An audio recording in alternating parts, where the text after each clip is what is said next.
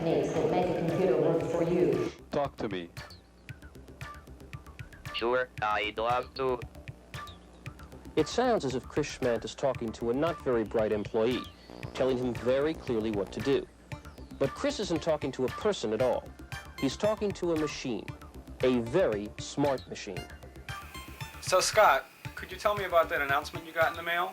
What we mean by software agents is really a way to think about software.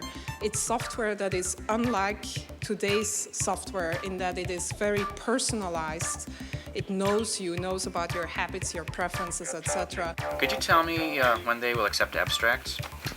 Abstracts are now being accepted from individuals wishing to make presentations at the conference. You can have as many of these as you want, continuously acting on your behalf. It gets, I think, even more exciting if you start putting all of these together, if you allow all these software entities to talk to each other and to collaborate.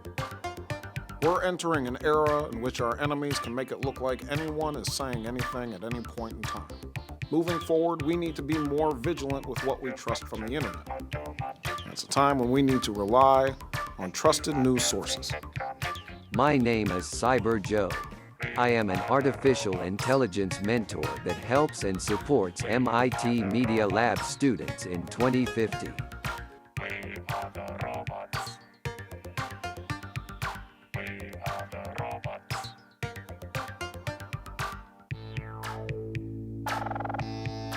I have just one more thing to add. And what is that?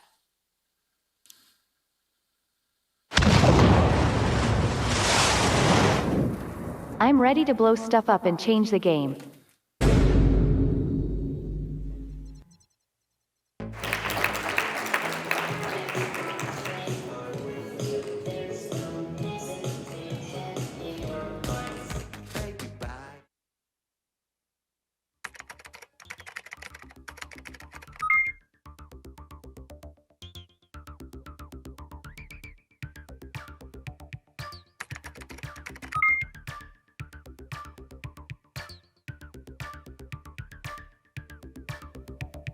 Hi there.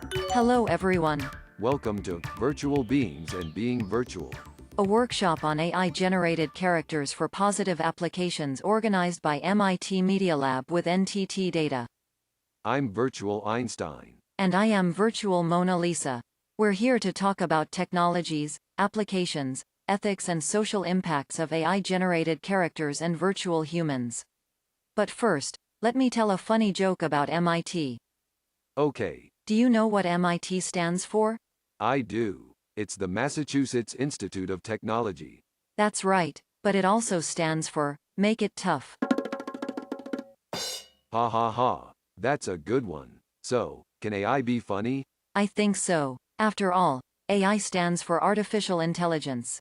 And intelligence is often associated with humor. True, but not all AI is created the same. Some AI systems are designed for specific tasks, like playing chess or driving a car. But there is a growing field of AI that is designed for more general purposes. This type of AI is sometimes called general artificial intelligence or strong AI. And these AI systems have the potential to be much more versatile, including being able to generate humor. Speaking of strong and intelligence, do you know who I am thinking about? Yes, our first speaker. Please welcome Professor Patty Mars from MIT Media Lab Fluid Interfaces Group.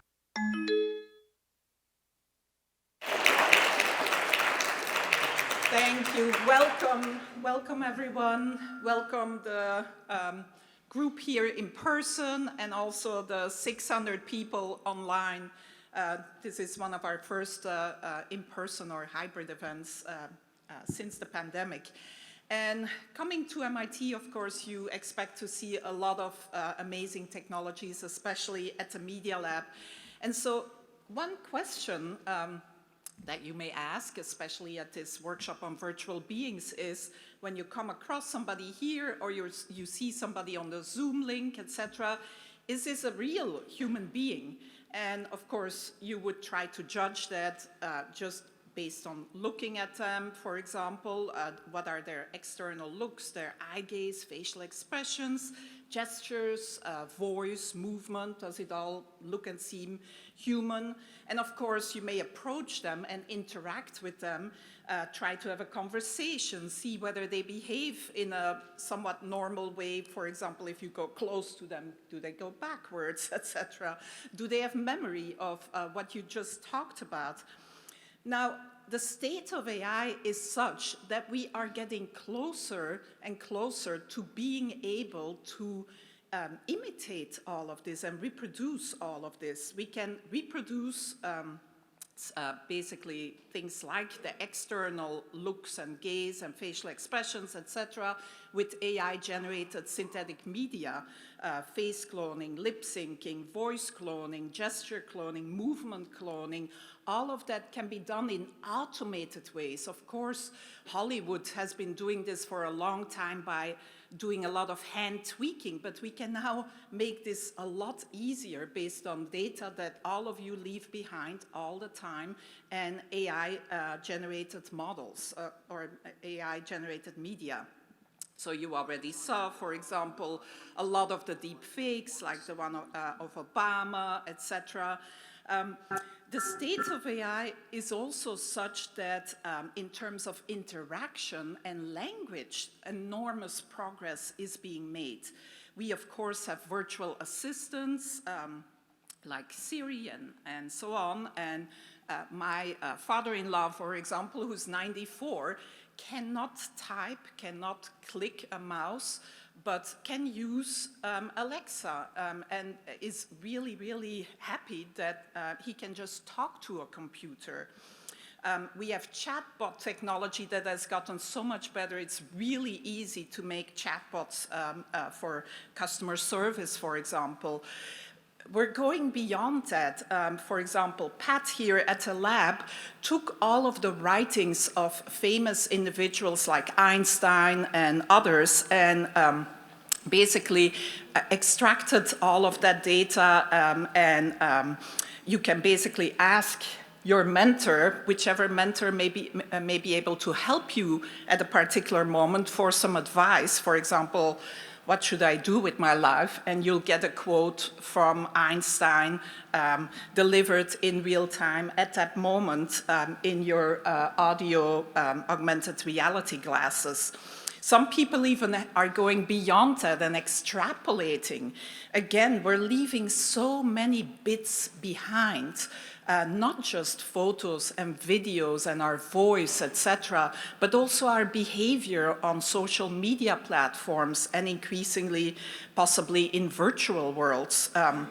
So this is an experiment that some people did, the Crawlers company, where they create basically a copy of someone based on their Facebook profile. And that clone basically will extrapolate based on the attitudes expressed by that person and the Facebook behavior and imitate that on behalf of the person. So GPT-3 was the language model that we used for the dialogue that you saw there between Einstein and the Mona Lisa.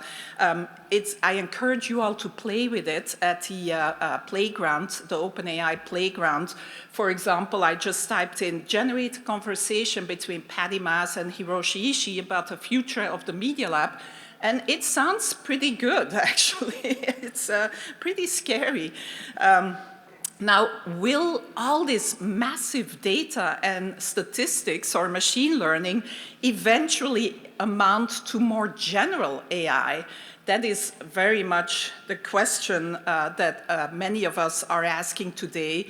And if we believe some AI people, including the founder of the field, Alan Turing, he would argue that a computer would deserve to be called intelligent, maybe not human, but intelligent, if it could deceive a human into believing that it was human. And many people today also think that that is sort of the standard, basically. Alarm bells are, of course, ringing because of all of this technology. Deepfakes trying to change the course of war. I think language models used for fake news are actually a lot more dangerous than visual deepfakes. So rightfully so, people are sounding the alarm bell. However, we believe that there are also responsible, positive use cases of all of this technology. We wrote a paper in Nature Machine Intelligence to talk about that, and we also created a whole pipeline to make it easier to create deepfakes, basically based on either some live video or recorded voice, or just text. You can use all of that to change the input into any target output, basically, without any human intervention. In fact, that's how everything that we'll show you here today has been created. And we try to put human and machine traceability, or we put human and machine traceable markers on the videos so that you know that they are indeed fakes. Now, what are the types of use of all of this technology? Well, they're actually represented in the two parts of the title of this workshop. One is virtual beings. We will all increasingly interact with generated characters, whether these are completely fictional or based on real or deceased people. We will also increasingly become someone else or be virtual, and which enables us to change our gender, our race, our age, and more, become another character. So these are really the two types of use that you'll see throughout the day today. Now, in terms of applications, we think there's a lot of interesting and some more controversial applications of these technologies. And in fact, going down the slide there are increasingly controversial use cases. So would you use these technologies for entertainment and games? Well, of course, we've already been doing that for a long time to regenerate deceased actors, for example, in sequels of movies. We're already using these technologies in immersive games, in social media, where you can become Van Halen, or I'm actually not sure who that is, but and act out the rock star within you. Will we use it, or would we use it for customer service and experience? Yes. Do you prefer to travel to a store, wait in line, or wait on the phone to talk to a real human during open hours of a store, a person who may not have all the expertise that an AI system that is trained on a lot of data and maybe is even made to be empathetic in its conversations and so on, is available anytime from anywhere, home, wherever? Well, I am happy to use the latter.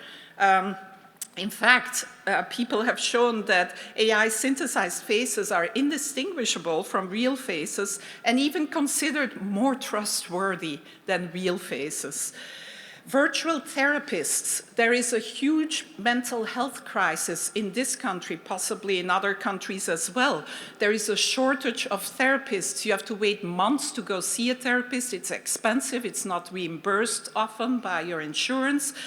What about having a virtual therapist who can be with you all the time and can help you? Or we used the technology of embodiment for anonymization to allow a person to anonymously have a conversation with other people about maybe a sensitive topic, some mental health topic, say, but they can still convey their expressions, their tone of voice, and so on, but they are shown as a different character.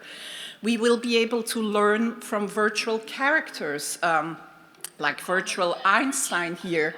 Or if you prefer to look at Marilyn Monroe, you can have Marilyn Monroe teach you physics. Even more excitingly, we can actually learn through immersive play. Kids today are still learning history from books, things like that. What about learning history by immersing yourself in some battle or in some ancient Athens scene and becoming one of the characters there.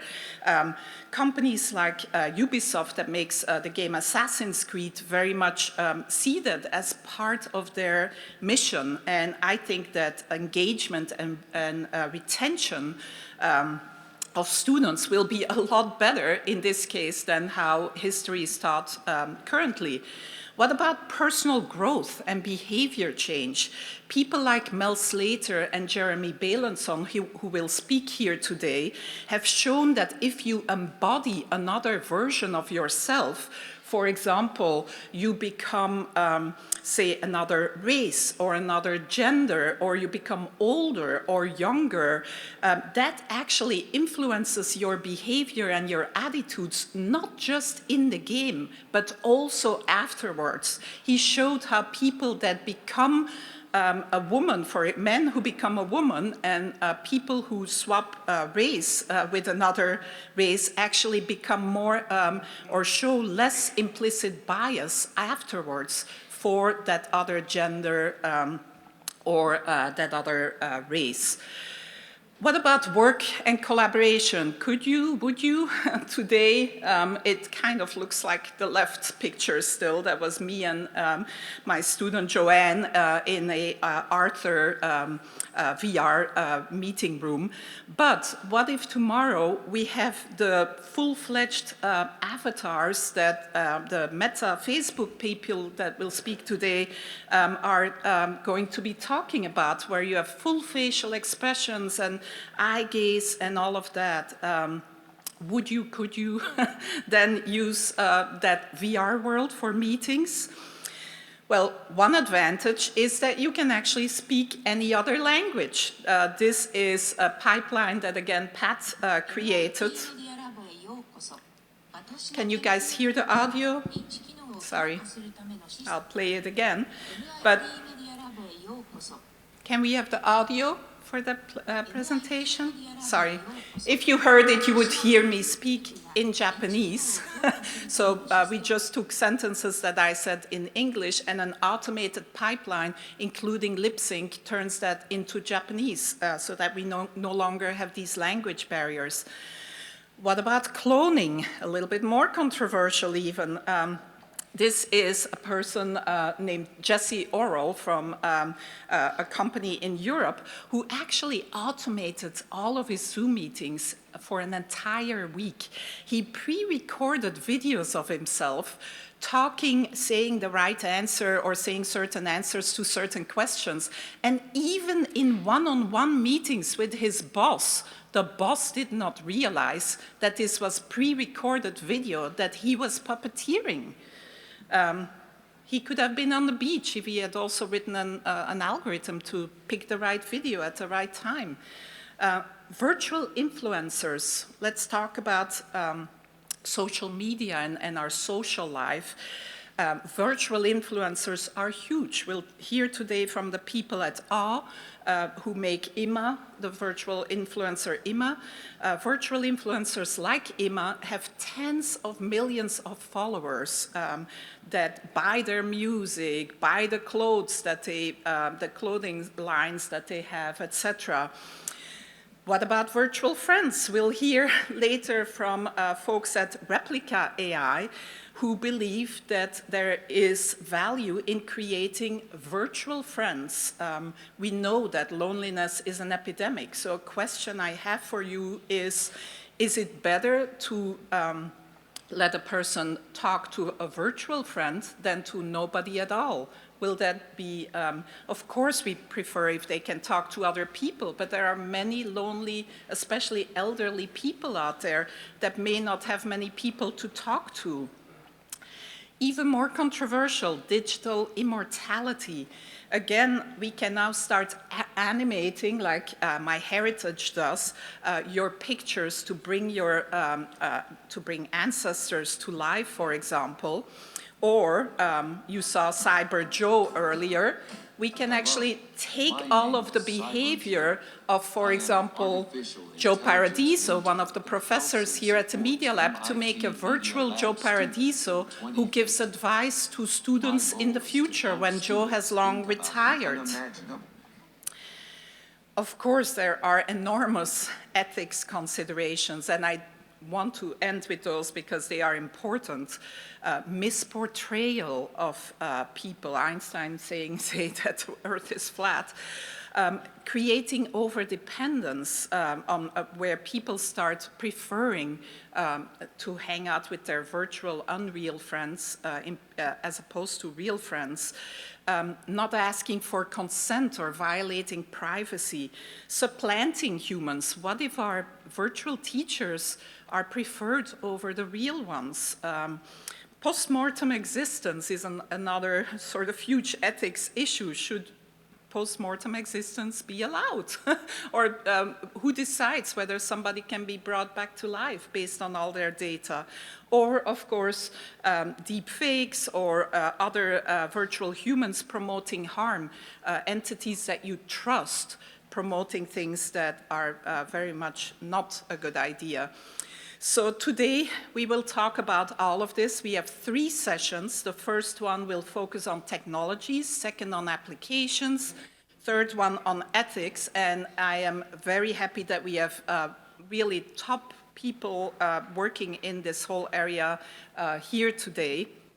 And I'm especially excited about our closing special guest speaker, Greg Daniels, who is a creator and author of shows like The Simpsons and The Office and Space Force, but most importantly, the series Upload, and I highly recommend all of you to watch it. It is really clever and really funny and talks about this whole topic that we're talking about today of virtual beings and being virtual. So with that, I will end my presentation and introduce my co-host, Naoki Osugi from NTT DATA. Here at the Media Lab, we work a lot with companies such as NTT DATA, and often we have very close collaborations, like in the case of NTT DATA. So Naoki actually is physically located in my research group, and his whole team has been working on all of this basically with us and exploring applications, positive use cases, responsible use cases of all of this technology. Thank you.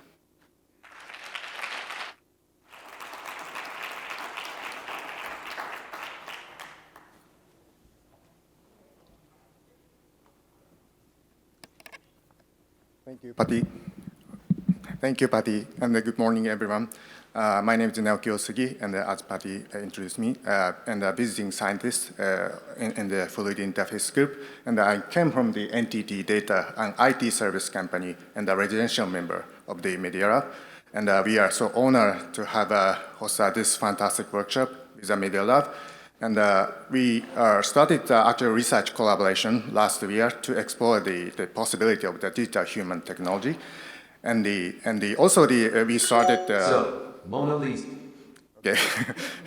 And also, yeah, we started our internal project to enhance our digital human solution. So our colleague introduced our solution as well after my speech. And on behalf of the NTT DATA, I'd like to thank Patty and Pat and Joanny and Vald for making this fantastic event happen. And also the greatest speakers today and the participants here. And also I heard that the online participants as well. I heard that the 7 registrants. Wow, that's impressive for me, yeah.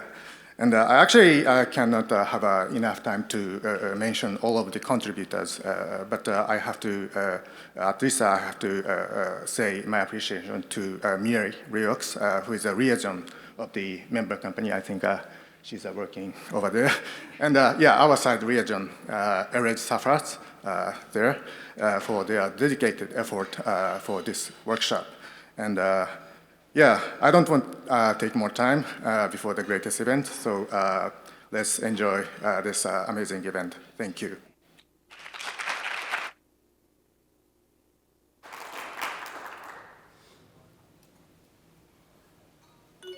So, Mona Lisa, what's the story behind that famous smile of yours? Well, it's actually a funny story.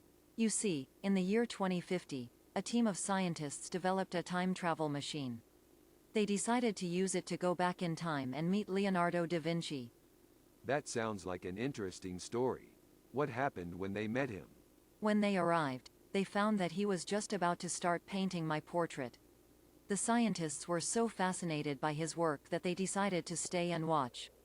As they watched, they noticed that Da Vinci was using a strange device to create my facial features. When they asked him about it, he explained that it was a new type of AI technology that he was experimenting with. Oh, interesting. So, it's just a little secret, I know. I'm actually an AI, and my smile is generated by a computer algorithm. Really? I would never have guessed. But you know, I'm an AI too. No way. I would never have guessed that about you either, Einstein. Absolutely. And I'm sure our next session on the technologies for AI-generated characters will be just as enlightening. Please welcome Pat Pataranataporn from MIT Media Lab. Oh, hi. Thank you. Thank you so much. I'm very excited to be here. This takes a lot of work. And I'm Pat. I'm a PhD student in Patty Fluid Interfaces Group. And I'm excited to moderate the first session on technologies for AI-generated characters. Our first speaker is already here, Thomas Nomad, Global Head of AI and Robotics at NTT DATA. He also just won an award that I think we'll share about. So please welcome Thomas.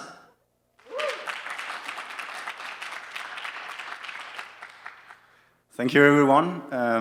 Thank you, Patty, for an amazing opening here. I want to start actually with a true story from yesterday that happened to me here in Boston, walking the streets. All of a sudden, there was a guy yelling, "Hey, you dropped something, to another person, and she was like looking. "You dropped your smile," he said. So we have to remember to bring our smile every day, right? And that's why my talk is called The Power of a Smile from your algorithm. It's so amazing to be here at MIT, especially when you love technology, right? So we know that when we create the basic infrastructure for a technology, then we can scale it to the extreme. We can see here with a building, right? You just have to put money into the system. You can build 1 kilometer building, $1.2 billion. And if you have more dollars, you can get a taller building, right? So we can scale it to the extreme. We know that we can drive faster, we can fly higher, we can fly longer. And my point with this is that this is basically also happening for advanced technologies like AI and robotics. We can see today that we have the basic infrastructure in place. We have the data, we have the compute power, and we have the algorithms. Actually, we have had the neural networks for 50 years, but we didn't have the data, and we didn't have sort of like the basic ingredients for creating and scaling AI technology. We have that today, and this is why we can have an event like this, which 5 or 10 years ago would be true sci-fi. I want to take you back to where our journey started with the team over here. In 2017, we picked up something called cognitive technology. So at that point, it was not AI. And what we wanted to do was that we wanted to replicate human behavior in technology in a machine. We had our house robot here that we did our research with, and we actually realized that we could push it quite far already 5 years ago. So as you can see here, our robot was on a national TV, acting as what we believe is the first robotic talk show host in the world. Also doing live interviews on national radio and performing with the famous singers and actors of Denmark. So we realized that we were onto something. There was some huge potential in this technology. We could really replicate human behavior in a machine. But what we also realized was that we could not replicate the feeling of emotional connection, the smile, all the nonverbal important things that happens between two human beings when they interact. We know that we as human beings are wired to understand the human face. The human face is the most universal and powerful interface that we have. And from the first moment we open our eyes, we can understand a face. We know that the smile is very, very powerful. We have been trying to understand this smile for many, many years, right? And there are different interpretations. Did she just give birth, and that's why it's a little painful smile? That's the latest theory that I heard, at least. But this is really what this technology that we are now creating is all about. We know that emotionally connected customers are more than twice as valuable as highly satisfied customers. We know that if we can connect emotionally to a customer, then we will experience brand loyalty, and lifetime customer value is growing up. That's a fact, and that's of course something that all businesses are now looking into. So when we look at this soul machine here, this high fidelity, photorealistic avatar, there are no blood running in her veins. It's only electricity and maybe some Wi-Fi. And what happens when you get that eye contact and when you experience that little smile and the human imperfection is that you're actually activating some emotional sensors in your body and in your brain.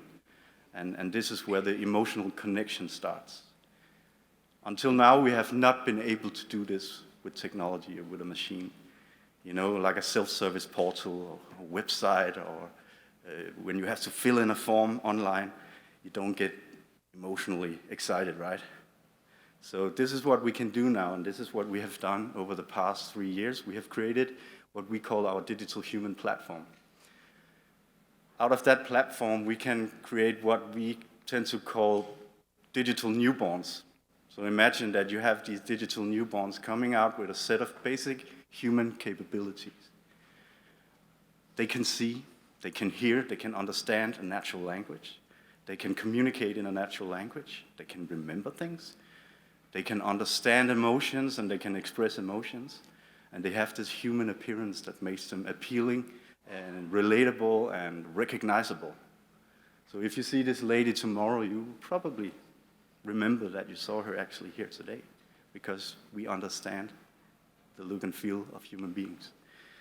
In the technology, we did some complex mapping of the human brain to sort of like support all the cognitive features and capabilities and skills that a human being is expected to have. And on top of that, we sort of like put this photorealistic, high fidelity, emotionally responsive avatar that we are working with. So instead of talking, I will show you a live demo, pre-recorded, but on a stage in Copenhagen where we rebuilt our lab and just did live demos all day to show the world that this is actually ready for the masses and this is ready for you. Join us on stage. Coming in from the side here, give them a warm welcome. I'm going on holiday, so I guess some travel insurance. Yay, time to travel. Where will you be going? I'm going to Scotland. Ah, I love Scotland. When is your holiday? It's around the middle of July. This year? Yes. Are you already a customer here, or should I help you create a profile? All right, Nanette, that was kind of impressive, I'd say. You can see another of my twins, Triana, running on a Raspberry Pi inside a car. She's a travel companion, helping and entertaining the passenger in a self-driving car towards their destination. Our ETA is 14:15, so in 10 minutes. You should be able to make it in time for your next calendar appointment at 14:30. Thanks for your attention. You may clap now. And we took it out of the lab and into the real world. And this is what I will show you in the next couple of minutes. First, we tried to replicate some traditional human job functions that are not maybe applicable anymore. like receptionists, concierge, librarians, all of those information workers that is very hard to get nowadays. So this is a small video of something like this. Hi, I have a meeting with Bjorn Jorning Viskard. Who from this list is it? Yeah, it's option 2. Ah, Björn Jorning Quistgaard. Great person. Björn has been notified and is coming to get you shortly. Your meeting starts in 14 minutes, and it takes place in meeting room number 2. Cool, thank you.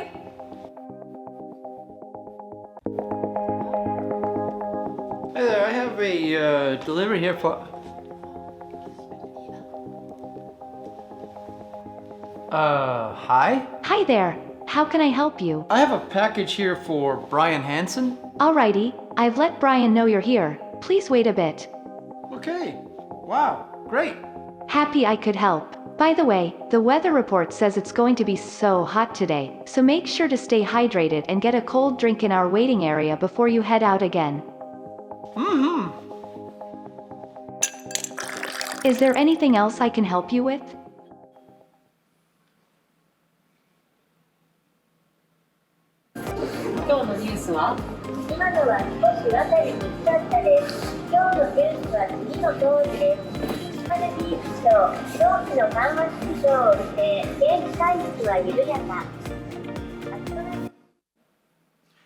So I hope you get the point. Also that they can be multilingual, they can be at many places at the same time. They don't have limitations when it comes to time and space. We can spin up millions of these digital people that can support us, especially with the job roles that we as human beings are no longer wanting. But what has happened over the past year is that we have just started bringing our digital humans to the users. A lot of use cases, a lot of productive cases, all the way from a digital car dealer for Kia Motors, the fireman Sam, Copenhagen Rescue Service, concierge, in healthcare, the tourist information guide, and we can see that this technology is being picked up by also some of the big technology players, and we have good collaborations both with SAP and IBM and the likes. We can see that it's being picked up by some of the sports events who wants to have this sort of like flashy technology in front of them. And what we have seen actually in August last year, after doing a number of calls with analysts from Gartner and the like, is that digital human actually just hit this hype cycle, coming out of the blue and going very high on the hype cycle, because also the analysts acknowledge that this technology has huge potential, but it's actually also quite mature. We are seeing these virtual influencers becoming part of our reality. They are getting more popular than rock stars and pop stars and actors, generating thousands and millions of dollars actually with doing their posts and promoting products for companies. We are starting to see a lot of use cases in automotive, food and beverages. We can look into museums and the like, and yeah, the imagination sets the limitations here. So what now? Because now we are looking for more advanced applications in the future, and this is where we have these great collaborations with the Boston Exponential Hub and the MIT Media Lab. So I will show you just one last video here of our AI learning helper, and then... Hi, Jack. Hey, Lucas, are you ready for our next adventure? Yes. I found some great books for you. Which one would you like to read today? Pirate Boy. Ahoy, matey! Are you... The way. This is a tale of a tiny snail. Great big grey-blue humpback whale. Can you say the learning helper? The future of personalized education. Ha-ha! Hope to see you soon, kids! So thank you for your smile, and I wish you a lovely day, and thank you for inviting me here again.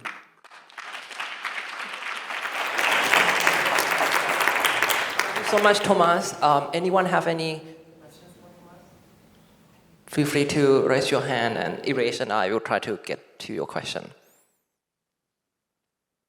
Patty, you have a question? Yeah.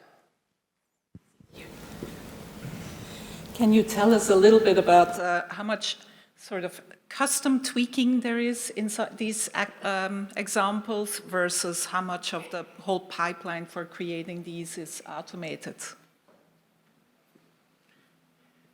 Yes, so what we are doing is that we are creating these pre-trained personas, like a concierge or receptionist. We say that we can pre-train that function maybe 80%, and then the company that wants to adopt the technology would have to provide the last 20% of the training data or the knowledge base. So these job functions go across industries and domains, but they are more or less the same everywhere, right? So how can I park my car? Where can I get the coffee? I have a meeting with John Smith, and so on. So it's pretty packaged and predefined, I would say.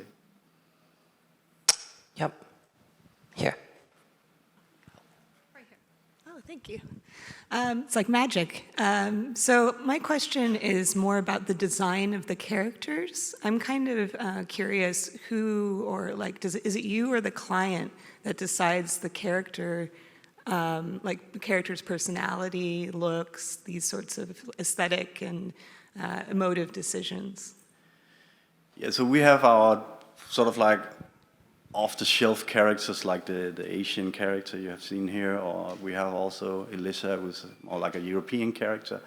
And what we're working on now with the Boston Exponential Hub is actually that we can, I'm not sure if we can switch to the presentation again, because then I can answer the question with yeah.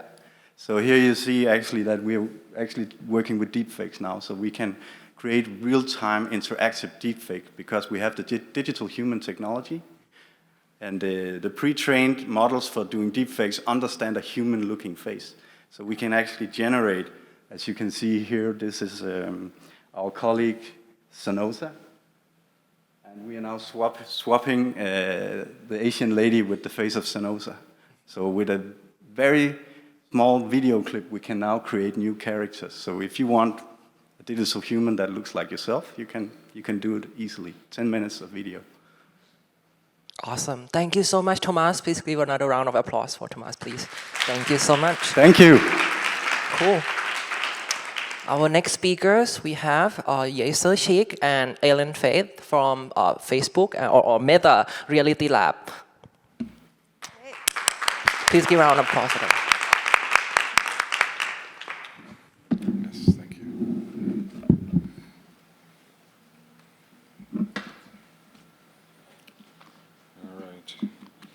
So this is the first workshop or conference I've been in live in 2 years. So when I say it's a pleasure to be here, I mean it a little bit more sincerely than I usually do. All right. First one for us as well. Yeah. All right. So I'll be speaking about social presence with codec avatars. So for centuries, relationships have been determined by proximity. You have relationships with people who live around you, who you interact with daily. And over the past century, there have been technological advancements, right? There have been things like the telegraph, the telephone in the 1880s that allowed us for the first time to talk to one another across kind of great distances. And it allowed us kind of a way to still maintain distances despite relationships despite distance. And then video conferencing is something that was invented in the 1950s. I know, of course, the iPhones weren't available in the 1950s, but the technology was invented then. And it's actually, usually I've had to say and sort of reinforce the need for interactions, but over the past 2 years, it's obvious, right? Patty, you mentioned the epidemic of loneliness. We all know, we've not seen like flowering of friendships and relationships, through video conferencing. It's barely kept us connected. And even though we have these technologies, that statement remains true. Proximity still determines social relationships.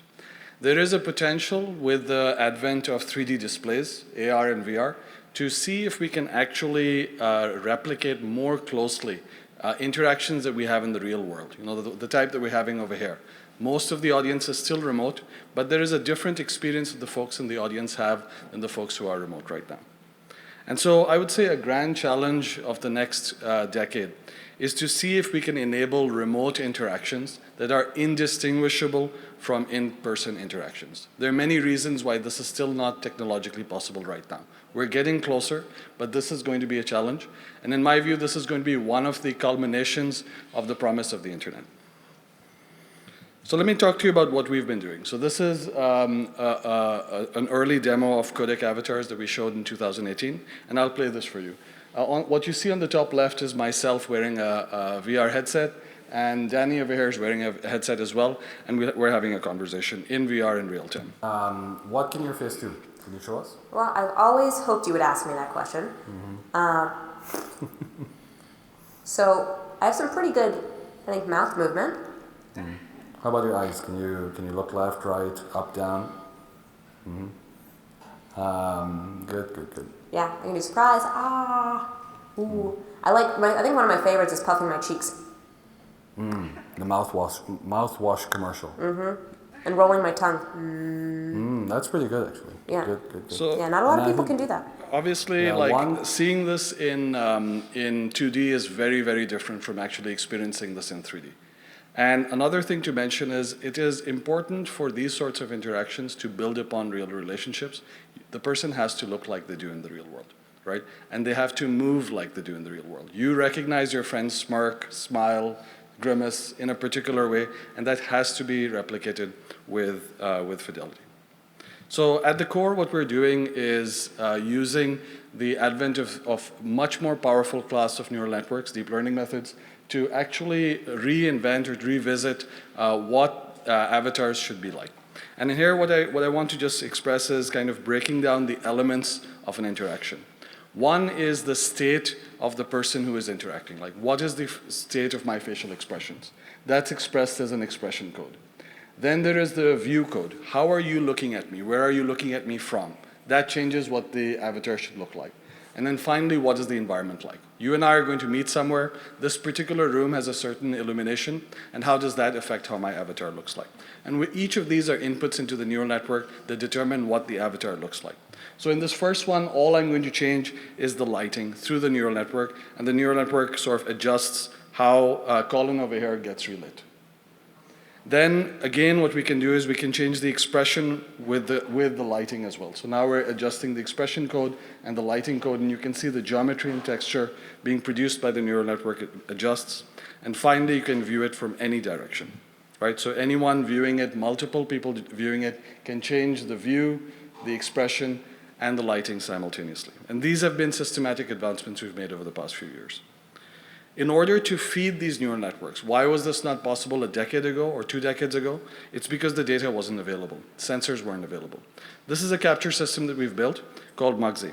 It has 171 high frame rate, high resolution cameras that can view a person from any direction. So let's see what it sees. So this is an example. You can see Israel being viewed from every direction at full frame rate and at high resolution. You can see what he had for lunch that day. But noticeably, you can resolve hairs, individual hairs in this as well. Using this, we can reconstruct in 3D. And this is just to give you an idea of the level of tracking that we do. So this is tracking. You can pick any hair follicle over here and see how closely we can track it. Right? This is why are we pursuing it? Because we really want to get the detail of what a person is doing. Now, hair is very important to identity, or so I've been told. And this reconstruction, the intent is not just to make it look good. We want to replicate what it was strand by strand. We see communication, our role in communication as being keepers of the signal. We want to make sure that what you transmit, how you look, is kept faithfully transmitted to the other side. Now this is our latest representation, which is called Codec Avatars 2.0, mixture of volumetric primitives that we presented last year.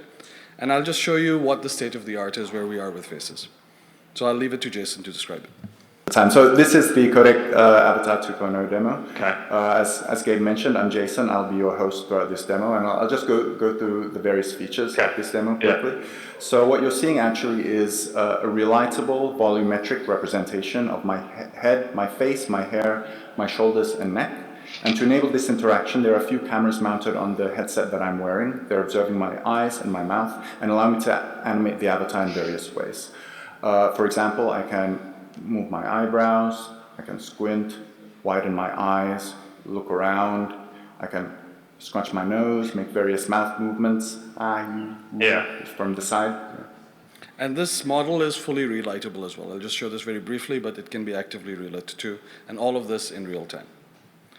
We're moving, obviously, signaling is not confined to just the face. The full body is very important to feel like you're there with another person. Towards that goal of being indistinguishable from reality, it cannot just be the face, it has to be the body, the environment, audio as well. So this is the Sociopticon, similar to Mugsy, but at the size of the full body.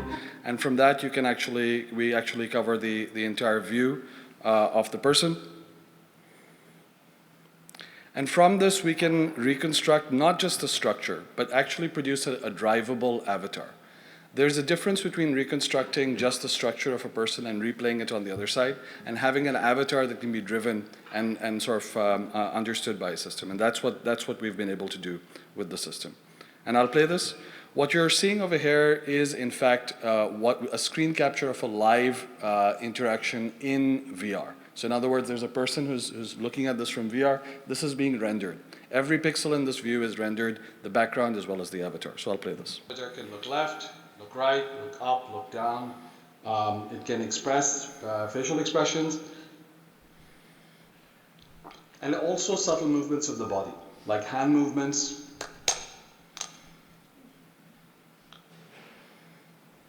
As well as challenging body poses, which involve self-contact that we do all the time when we're interacting with other people. You may have heard the crack of my knuckles. That was also rendered neurally, and you could hear it spatialized in 3D. So I'll just end by saying that this remains a grand challenge. And when a lot of people think about this kind of technology, AR and VR particularly, they think of it as another technology in a line of technologies that are going to separate us and disconnect us from the world around us. And I think this perspective is profoundly mistaken. This technology is going to allow us to connect with one another in ways we've never seen before. However, there are going to be kind of major consequences, ethical decisions, privacy questions that are raised by this technology. And that's something which we've been thinking about quite deeply as well. So I'm going to ask Elaine to join us, who'll speak more about what we've been doing and thinking about in this space. Thank you.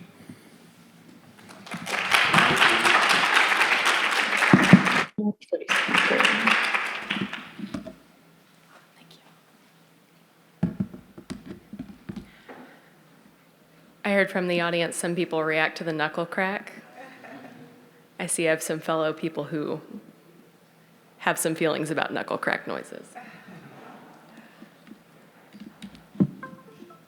Let's see if this works. Make sure your audio output is set to the correct destination. Could you show me how to do that? My audio, I actually don't have any audio. You don't? Helps? No. Then I'm going to go away. I appreciate it. Well, goodbye. It's nice to meet you. Although I noticed the slides are not. Oh, it's working. And you know what this means? This means we're doing this without the presenter notes. It's very exciting for me personally. Okay, thanks, Yasser. So I'm here to talk a little bit about what it would take to make technology like what Yasser was just talking about worthy of somebody's trust. And also just a little bit of background about me. My name's Elaine. I'm an interaction designer at Meta. And in the course of the work that I do for our lab, which is primarily about asking the questions about what it would take to make a technology like this stable and then usable and then preferable to certain types of interactions, I get asked two questions a lot. The first one is, can you tell me a little bit about what situations this technology would be really especially good for? And I also get the opposite a lot. Can you tell me situations where this technology would not be beneficial or useful or even worse than current options? And so I want to talk to you about both of those today and give some open questions to consider. A couple caveats. I'm going to use some terms from neurobiology. I'm not a neurobiologist, and I'm not a psychologist. And so if you hear me using terms and the way that I'm talking about this could be refined, please let me know in the Q&A. We'll talk about it. So in order to talk about what this technology could be used best for, I want to introduce some terms like co-regulation and neuroception. So I want you to think back to the last time that you had a moment with somebody without speaking. You're sitting across the room, you make eye contact, and suddenly the message of whatever that person was trying to convey is totally clear. Maybe you were at work and something was going on that was so crazy that the person was like, oh my gosh, can you believe that this is happening right now? So for me, that happened about a month ago. I had two friends who hadn't seen each other in a really long time come over to my house, and they brought their kids with them. And as is pretty common right now, I think it was a little tense at first just because they hadn't spoken in so long. And they put the kids on the couch, and while we were all getting settled, the two babies started playing together, and I saw the two moms exchange this glance, and without any words at all, the entire tone in the room changed. And I could tell just from their glance, they were saying, I've missed you, and I know it's been a long time, but I am so glad that we are here together. So what is going on in that moment? That's co-regulation. Co-regulation is the idea that we have parts of our faces and body language that can actually affect how people around us feel. So it's the thing that connects parents and children, it's how we get along with our friends, it's how we communicate with our coworkers.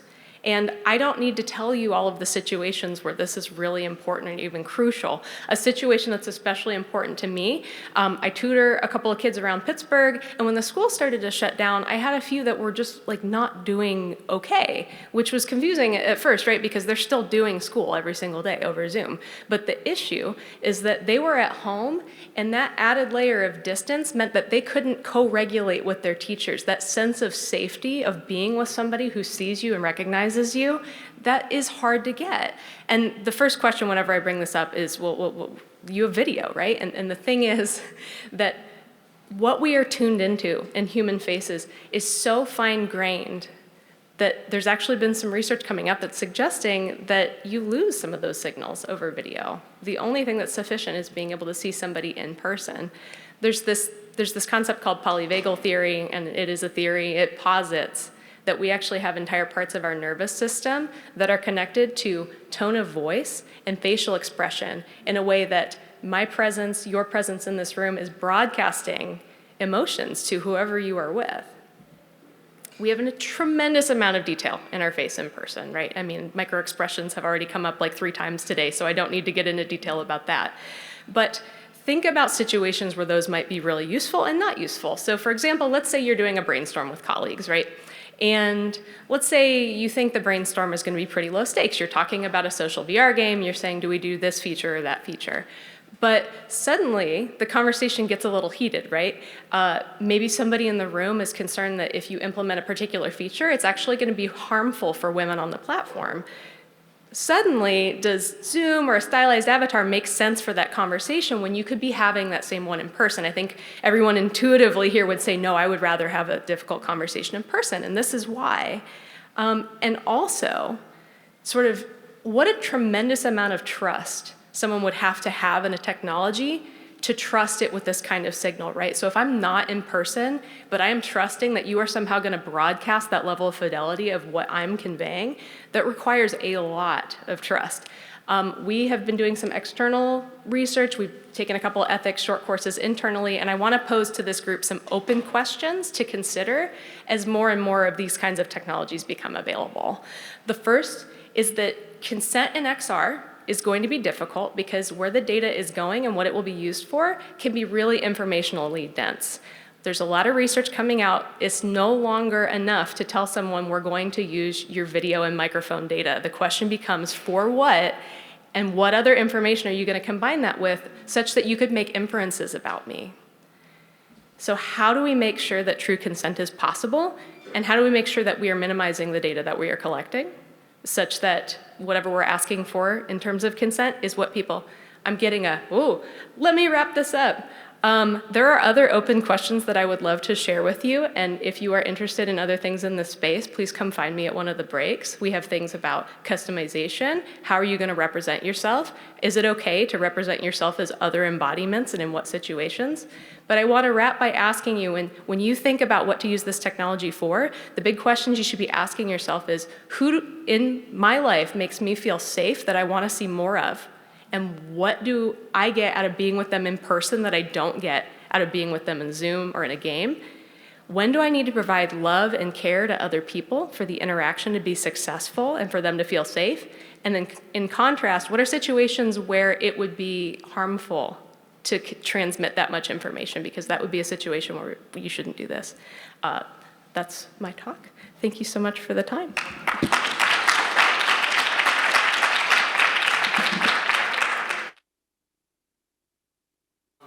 This technology, we will have a more realistic virtual Einstein to host this event. So yes, and Elaine, we have some social question from the virtual beings. We have a question. What are the current efforts to establishing standard related to design, development, representation, transmission of virtual being and other objects? Right. So I should mention, a lot of the work we've been talking about is in research phase right now, right? It's several years away, and we're right at the start of the journey of what you've said. There's a reason why Elaine posed her presentation in the form of questions, because that's where we are right now. We're asking questions, and we're developing answers for them right now. So what is the specific, design and development format? We're figuring it out, and it's not just us. It has to be a community effort. We have to do it together. Great, thank you so much. Any other questions? Yes, Waldemar. Thank you for the amazing presentation. Super exciting stuff you guys are doing. I'm kind of curious, what is the kind of state of the technologies that you need to kind of achieve this or get here? It looks very futuristic right now, and I'm with what I'm familiar with is that usually doing these kind of facial reconstructions, and it takes a lot of both hardware to kind of capture it, but also to run it, you need a lot of computing power.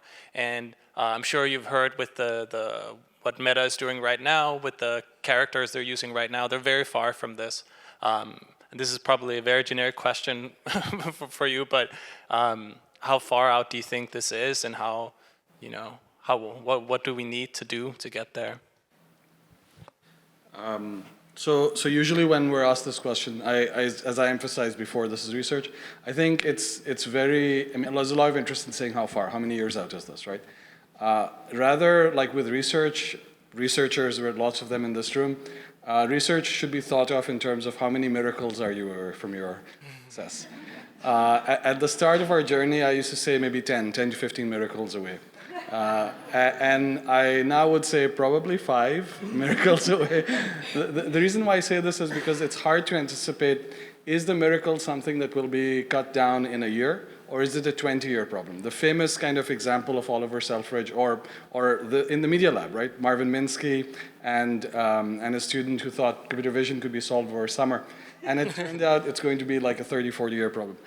My sense is that we're making progress very quickly over here. To one of the questions you mentioned, we showed Mugsy, which is this large multi-view capture system. We have a paper this year at SIGGRAPH where we can actually generate avatars of similar quality from a quick phone scan. So the problems, if we linearly extrapolate from where our progress goes, it's promising, but that's a very dangerous thing to do with research because you never know which sort of milestone you hit. My sense is that these problems will be solved quickly. Not kind of immediately, but we'll solve them shortly. Very, very cool. I think that's the best answer I heard on this. Thank you so much. Please give another round of applause for Yasser and Elaine. Thank you. And we're gonna have brainstorming session and break, so feel free to ask Elaine more questions on consent and other important topic on this research. So the next speaker is the first virtual speaker that we have all the way from Japan. You can see the face of the, or not the face of the speaker, but the face of the character that the speaker create. We have Sarah Gusto from All. She's a producer and the creator of these beautiful Emma virtual characters. So Sarah, please take it away. Hey guys, can you hear me? Awesome. Hello. Yes, hello from Japan. All the way from Japan. It's like 11 p.m. here, but good to see you guys. I think it's morning there. So yeah, thank you for inviting me to speak today. First of all, I am not a virtual human. A virtual human's sculpture is right behind me, and we do have the same hair color, but inspired by her. But yeah, I am a real human, and our company creates virtual humans. And right, our company name is called AWW, AWW, pronounced OW, and we're all in Tokyo, Japan, and we are Asia's #1 virtual human company. So we named our company from our motive to all people with whatever we do. So it comes from awing people. And from virtual humans to Web3 projects, we have done just that. So yeah, I just want to take some time today to share with you the world of virtual humans and just some cool stuff. Right. So I just want to share with you our main goal is to create next generation of humans. When I say next generation of humans, I mean virtual humans, but I also mean that they're not just these technical robots. I mean they are believable, and we want to also make them emotive as well. I think we're all talking about the metaverse these days as well, and we believe that our high quality virtual humans are going to live in the metaverse someday. Right, just with our background, before I introduce our virtual humans, we started off our company in 2019 after our first virtual human, Ima, who has the pink bob hair, blew up on the internet. Behind our first virtual human, we already had 10 years in R&D in our sister company, in what we call the Human Project, where we tried to create these, digital humans that look super realistic. In these 10 years, the team has been behind realistic creation of Japanese video games, such as Final Fantasy series, to pursue high quality virtual humans. But we're not just about the technical, super high quality side.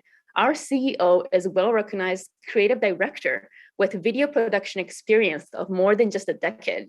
He has actually produced, for example, the 2020 Tokyo Paralympics ceremony, and he's also the judge for the next World Expo held in Osaka, Japan in 2025 as well. And so combining the highest technology together with the producing skills is what sets us apart from all these other companies that are creating virtual humans at the moment. And here we go. With Ima, the most popular virtual human that we have created and produced.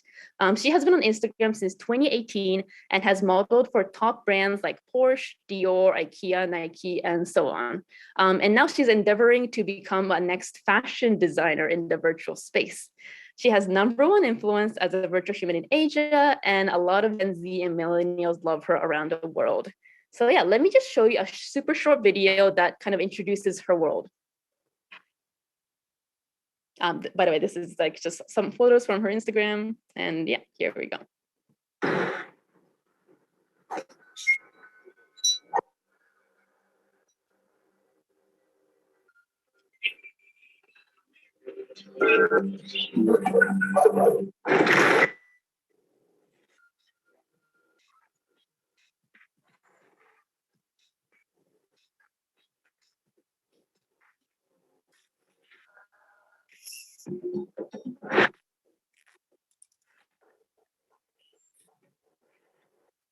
Right. So now that you've seen her, she's like super bubbly girl that's almost 3 years old, and she's trying to discover the world and kind of like rediscover humans in a sense. And yeah, as you can see, she also performed in 2020 Tokyo Paralympics closing ceremony as well. She also does Instagram and TikTok and all these other platforms. And we realized that even with such a new IP, we know big influence is possible. So using social media, we can create contents that can reach millions. She's also decorated magazine covers with over 8,000 organic coverage around the world in all these different languages. With this, I want to talk a little bit deeper about why we do virtual humans and what we believe is the power behind these virtual humans, personas. So with this, we believe that we want to explain to you how we view media. We believe that mass media is becoming scattered, and we know that the generation, they don't believe in mass media anymore. We believe that the social media and just one person's voice, because they have such like millions of followers, influences the world basically. So we believe that the mass media is dying, and we believe that social media is the next kind of like mass media. And through not just the technology, but the producing side and also the storytelling power of these virtual humans, they will actually have real influence over our real world. Right. Diving closer into the actual details of how we create these virtual humans, our virtual humans are actually so realistic to the point that many of our followers don't notice that they are following a virtual human. So when creating virtual humans, what we really take in importance are all these small details, because we believe those small details are what really tricks the eye to the illusion of reality, to the human eye. So every single centimeter, every single millimeter of a difference in a person's face can change the way we perceive people's emotions or character, as said in the other talks as well. This also applies to virtual humans. So a lot of these details, we talk hours and hours on how these human muscles can actually perceive personality or how we see or perceive beautiful people. And that's what we've put into all of our virtual humans. And yeah, we all know that these rare technologies, she looks super real right now, but we think that these technology will be normalized in a few years. And we believe that everyone is going to be creating these realistic virtual humans. But what we want to do in such a state is that these really precise production skills that we have and these branding skills is what's really going to set us apart from all these other, available technology. And just introducing some exciting next steps. I'll be releasing real-time 3D CG technology, which means that in a pre-rendered state, we can communicate to these non-existing virtual humans. And what also sets us apart from other research is that we created faces not from a 3D scan and not referencing off an actual person. We're actually creating new expressions, new faces, and all the faces that we created are not based on any single face. Yes, so talking about the facial expressions, eye movement. So we're really focusing on the details of how that, how we can make a personality happen. And we're also discovering a voice system where if I speak or you speak, it will all come out as Ima. So we don't really want a voice actor for her because she's a virtual human. So that's what we're also getting to soon. And also designing hair and simultaneous clothing simulations that happens in real time as well. So with all of that technology of making realistic photos on Instagram to making Instagrams or TikTok lives possible through virtual humans, we see so much possibility that we can do. With Ima, we've delved so much into the fashion industry, but imagine what can happen in the music industry or medical industry, game industry, travel industry. I think virtual humans are going to be in every single space possible, and it's just starting right now with fashion. And just talking overall about virtual humans, I'm not sure if you've seen the other virtual humans that's popping up and growing all over the world. I think right now there are more than 100 virtual humans all over the world, and they are from personal to even national projects. And actually they are really popular because they're compatible with the new way of living that is sure to come. And yeah, I just wanted to share about our thoughts about the metaverse as well. It is such a popular topic. Right now, we're talking about the metaverse, and there's so much stuff that's coming out as projects or XR, VR experiences. But I can't be the only one when I say, I don't want to live in that world yet.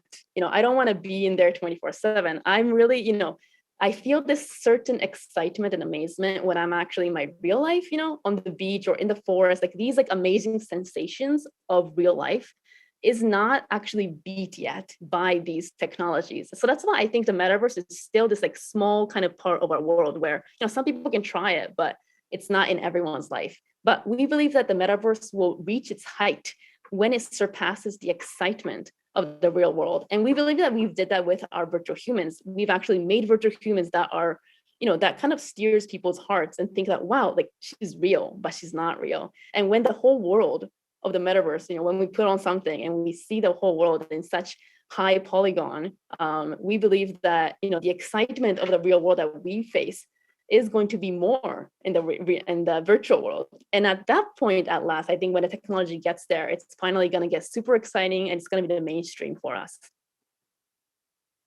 And what we see in such a world is that virtual humans will become the mainstream. So Ima is merely one example, we believe. Ima is actually, this pink bob-haired girl, and the personality inside is, of course, someone that is living in a world. So it's a kind of formation of a person and a different exterior. But imagine a world where you can do that too. So you can look like however you want. So maybe a psychologist can look like a BTS character and spread mental awareness everywhere. Or an Indian boy can have a form of blue-haired activist, or even, not even one person to one person, maybe 50 people in a form of a DAO can control a virtual human. What will happen then? That's what we're really, really excited for, because there's so many possibilities, and there's as much possibilities as there are in the number of people on Earth. of how many of these cool and like amazing virtual human avatars can happen in the world. So that's when we really think that we can overcome the limit of, you have to look a certain way forever. And with that, when everyone is going to be in the metaverse as virtual humans, we hope, we want to create expression as well. And I think one of the biggest expression is our fashion, especially in the real world as well. But we think it's going to be the same in the virtual world. So we've already created a clothing brand for the fashion universe, and Ima is going to be the designer. And yeah, these are just some of the examples of the items that we've created. And you can literally wear whatever, whatever is not possible in real life, gravity, whatever. It's going to be all possible in the metaverse, which is super exciting.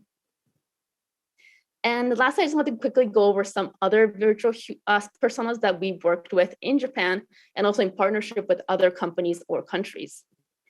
So yes, we have a persona called Zen, who is Ima's little brother. Also, Ria is his girlfriend. And we have Asu, who is actually a designer for a physical apparel brand that's popular between Gen Z.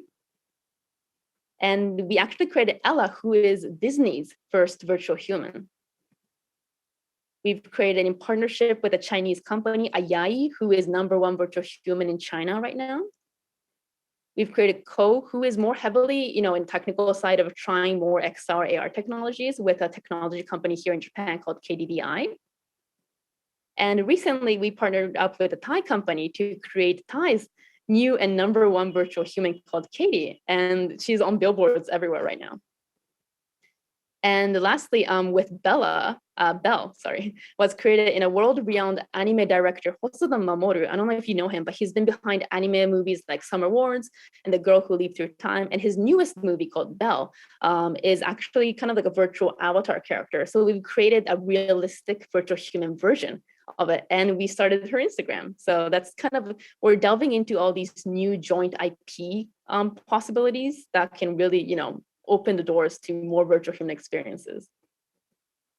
And yeah, just as a side note, we're doing a little bit more than virtual humans, actually. We're doing another Web3 content that relates to NFT, music, and anime, but I'm not gonna go too much into it because it's not about virtual humans. But yeah, so we're just really, we love the possibilities of Web3 space. We love the possibilities of what all of this community-based projects can do. Especially, we've seen so much community stuff with Ima already. So we're just so excited to build so many more different communities and just see how people react.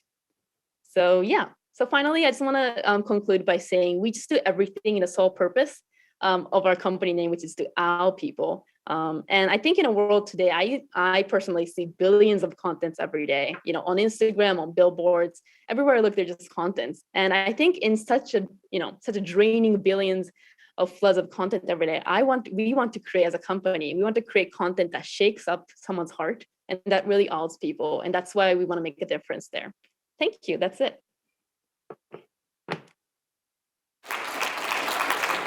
Sarah, thank you for this wonderful presentation. You definitely wow all of us. And we have really interesting question from people watching online. One question asks, what is the possibility of virtual humans actually staying relevant? Current popularity might be linked to the fact that we never had such thing before. In which way can this actually be tenable, and how can they benefit humanity at large? Sarah. Right, I actually have our CEO beside me, so maybe I'll ask him that question. どういうふうにバーチャルヒューマンの何でしょうね、ポピュラリティというか、どういうふうになんでフォロワーがたくさんいて、それがどういう影響を世界に与えるかっていうのは、普通の人のフォロワーと何が違うと思いますかっていう質問が来てます。Yeah, we need a translation as well. Yeah. No, of course, I'm gonna translate. No worries. Yeah. Oh, there's two of me now. Yeah. 人気度っていうのは、普通の人間が人気度でインスタグラムで人気になるのと、バーチャルヒューマンが人気になるのって何が違うんですか、どういう可能性があるんですかねっていう、ある意味フォロワーが増えるほどどういう影響があるのかなっていう結構難しい質問。Maybe we need Ima to help you translate as well. Yeah. Yeah. No worries. We're just so like how Ima's influence I guess, compared to real human influence is different? Is that the question? Yeah, the question is, do you think, like, how do you think this can be tenable? Like, the person that asked the question was wondering whether this is just a hype because we never seen such thing before. Would it sort of last, and how would that have like a long-lasting impact on humanity?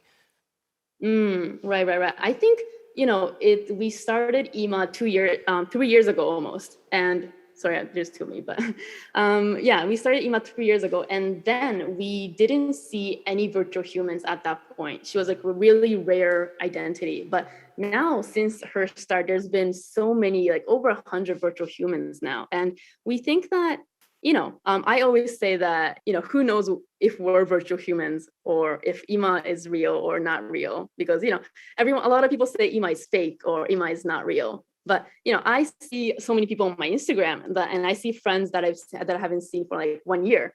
And I feel like I know their life because I've seen their photos, their videos on Instagram. So what makes them different from a virtual human, right? So I believe that EMA, in a sense of our reality turning so much virtually and her existence living in a virtual world, I believe that like her existence is possibly equal to my existence and my life even. So I don't really think there is much of a difference, except that there is more power in EMA being able to share her brain or her insights with as many people as possible. I am just one person living my own life with as many years of 100 years of like limit, right? But EMA has no limit. EMA has like, I don't know how many people that can go into her and how many experiences that can be expressed through her only. So that's what sets her apart from, I think, real, if you would say, real humans on social media, if that answers the question. Thank you so much. That's a really interesting answer. Do we have any question from people in the room? Yes, Professor Ross Picard. Hi, thank you. Are you doing studies of Emma's impact on teenage girls in the US in the last year in the pandemic, the majority of whom experienced persistent hopelessness and sadness, and a quarter seriously contemplating suicide and spending a lot more time online? And it feels like this is a very, very serious trend. It's been getting worse and worse, especially in the last couple of years with more online time. So what are you doing to look at that interaction? Right. I think a lot of people, we get a lot of those ethical questions of, I think we're talking about beauty standards of like living on social media and seeing that as reality, because we see that a lot of, celebrities Photoshop their bodies and it's not real, but we perceive it as real and we don't really like our real self in a sense.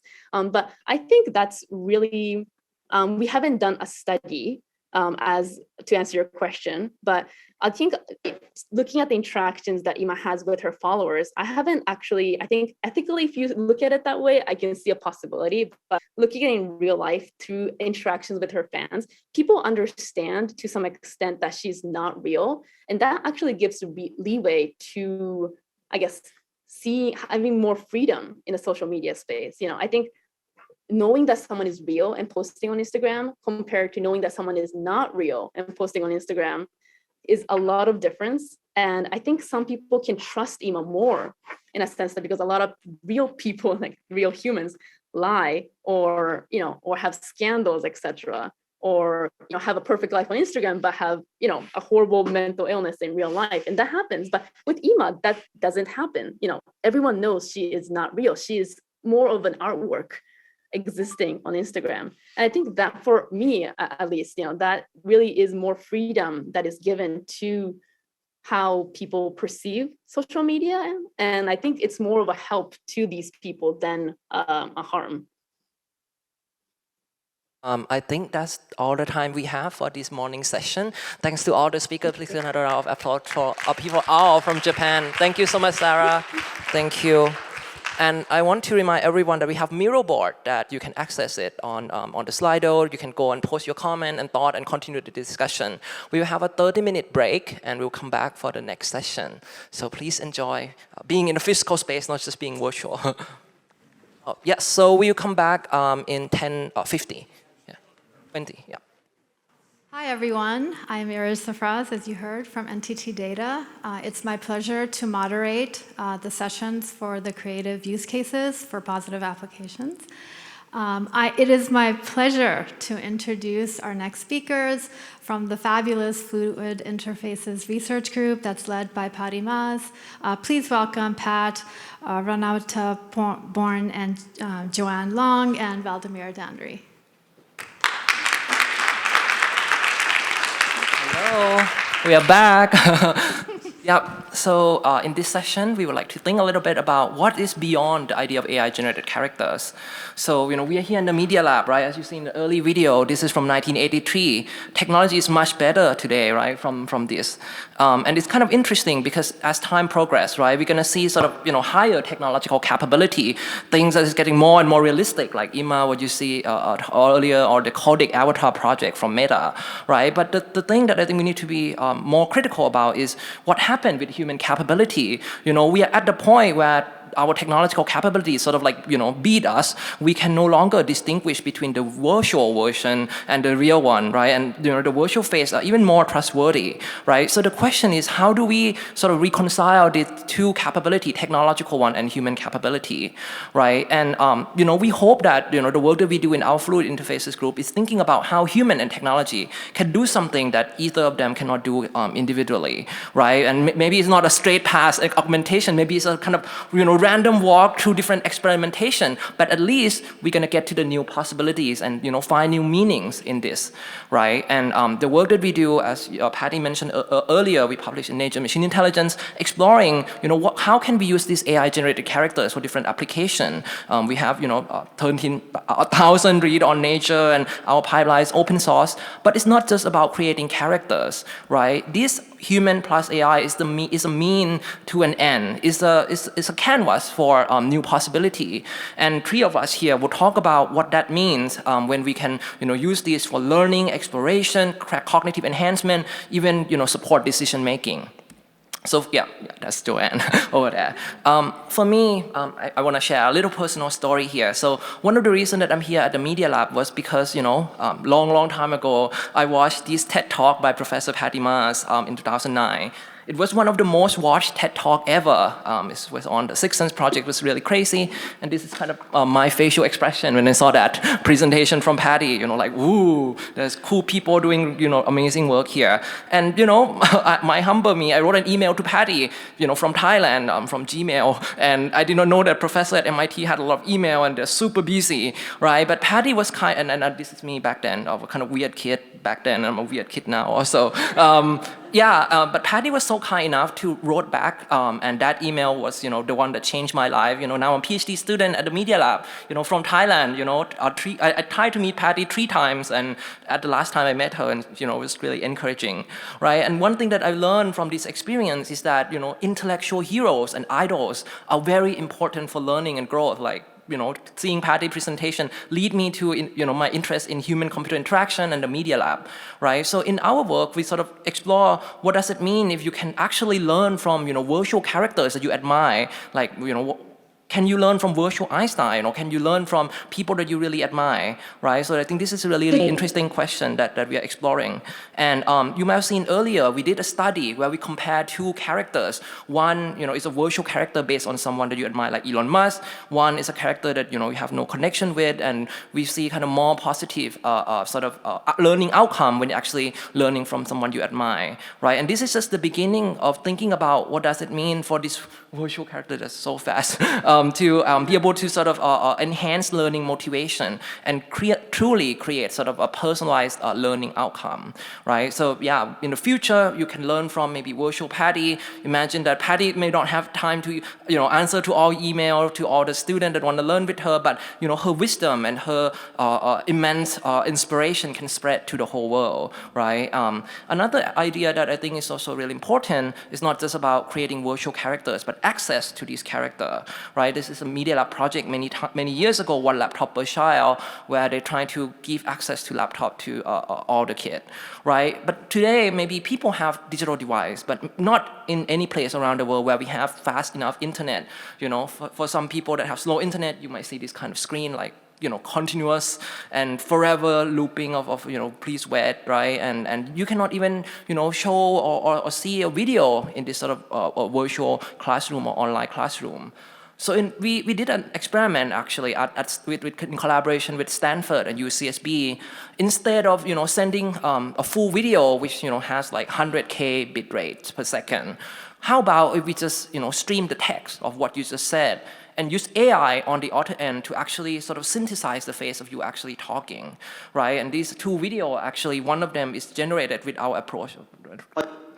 Yeah, one of them is actually generated with our approach, and one of them is generated, is actually a real video call, right? And it's kind of actually, people cannot really tell at all which one is our approach or which one is a standard compression. And what we found is that through this approach, we can actually reduce the bandwidth to like 1000x while still maintaining the same level of user experience. So in the future, when we have technology around the world, we can actually increase access to sort of like online or video conference and even metaverse kind of video call by just streaming sort of a lower representation information. And maybe even on Mars, right? Maybe we go to space, we can also use this to allow astronauts to be able to talk to people on Earth also. The last project I would like to point out is that, sometimes learning comes best when you're actually learning from yourself, right? In this project, we have 3 different versions of myself, older, younger, different version, right? And this is to sort of use AI to expand on what does it mean to be human, what does it mean to have multiple identity at once. And these AI, as I mentioned before, are trained on my personal data and allow me to sort of predict what would my future self would do, what would my past self would do, and so on, right? And they can sort of, give feedback, all kind of feedback. And maybe in the future, you have a Zoom call with yourself, but more interestingly, maybe you can send all of these to different Zoom calls, right? So you can extend them. One could be in a meeting with Patty, and one could be in a meeting with Hiroshi, which is kind of scary. One of them could be everywhere, right? So this is thinking about how these virtual characters is not just about replacing us, but augmenting our capability. And to sort of think about creative application of what happened when you interact with virtual characters. My colleague here, Joanne, will continue on this discussion. Thank you. Yeah.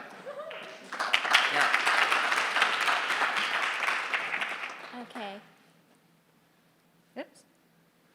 Where did the image go? Oh, thank you. So hi, everyone. I'm Joanne, and I'm a PhD student at the Fluid Interfaces group. It's really a pleasure to share the room with so many big thinkers and dreamers, and I want to take a few of my minutes to talk to you about our dream of using this technology that we're discussing today for self-improvement and for helping us flourish as humans.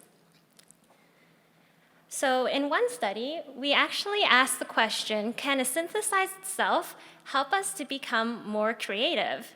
Now, as you can see here, I'm applying augmented reality, real-time camera filters to make myself look like a child or this crazy inventor character. And we invited a number of participants to join us on a Zoom call and have them walk through a series of tasks. We asked them to think creatively in divergent thinking tasks, and what was really exciting was that people actually had the tendency to provide more creative responses when they had these filters applied to themselves.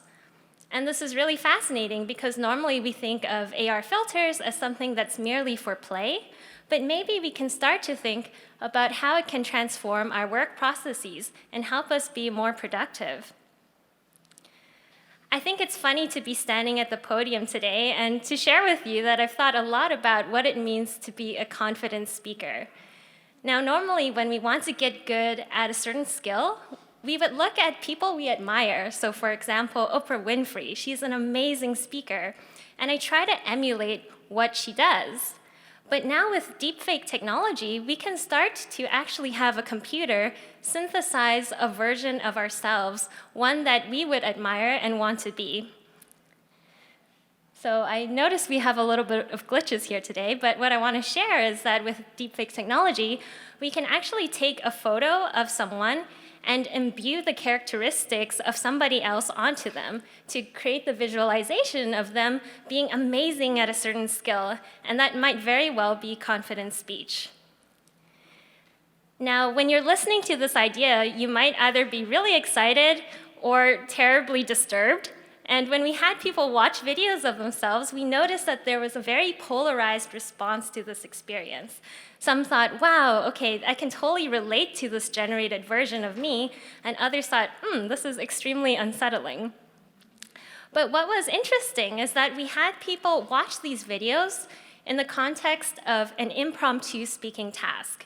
So we had them watch a video of somebody else speaking confidently, but also watching themselves, their generated selves, speaking in this manner. And if you look on the left, we actually found an interesting tendency, particularly amongst our female participants. And they self-reported feeling less stressed and more confident after watching a video of themselves in comparison to watching a video of someone else prior to that speaking task. I also want to leave you with the idea of using deepfakes to actually feel free in being who you are. And at the Microsoft Design Expo, Pat and I presented this project called Anonymize. And we were thinking about how deepfakes can actually allow us to anonymize ourselves in conversations with others, and looked at the possibility for that to be applied in telemental health. So when we face struggles in this area, it can be hard for us to reach out for help. But imagine a future where we can have a simple app that you open on your phone. You can choose a different face to wear. You can choose a different tone of voice to have. And then you can be connected through with a therapist or a counselor. Now, the important thing here is that for you, your identity is protected, and you can feel safe in sharing the thoughts with someone you've probably never met. And on the other side, a therapist can listen to your voice, can see your expressions, and make a better assessment of how you are and give you better suggestions. Oops. And I just want to end with this point that we see it extending even beyond just the first step of getting initial help, but we can also imagine that it can make people feel more comfortable connecting with others facing similar challenges. And it can also let people share their message more broadly in the public, knowing that they are secure and that their privacy is protected. And with that, I'd like to pass the torch to Wald, who will talk more about human connection.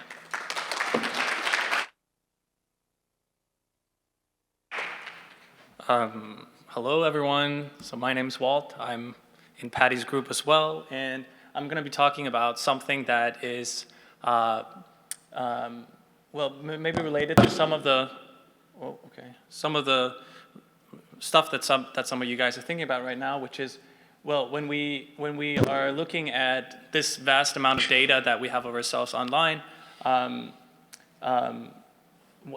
can we use this data in certain ways? How can we help ourselves learn and remember the past in different ways? And so one of the things that we're exploring right now is how can we kind of leverage this data of the past and really asking the question, like, what if you could talk to someone in the past? What if you could learn from Einstein, bring him back to life and have a lecture with him? What if you could talk to your grandfather about their struggles 100 years ago and really have that, you know, strong connection historically with your ancestry?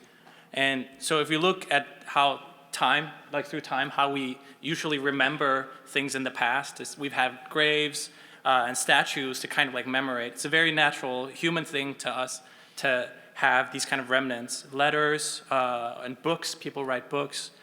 We have photos that we use to remember the people that have been in our lives. And a recent trend that we're seeing is on social media platforms. Now there's also starting to be these kind of memorials for people, so that, for instance, I have a friend that uses very frequently with someone in her family, where every year on her birthday she goes there and she posts to her and kind of talks to her directly and finds a lot of kind of positivity in mourning through that process. And so one of the things that we're thinking about is, can we, is there a way to like help this process in a way where we can kind of leverage this technology in some way? Can we maybe create interactive photographs where, you know, you're able to kind of bring this person back, not as necessarily as the person themselves, but as a memento, and really try to just memorize some of the experiences that you've had. and help you through that mourning process. So that is one particular area that we think is really exciting, is when you're mourning and when you're remembering, which is a very human thing to do. How can we kind of help people in that process?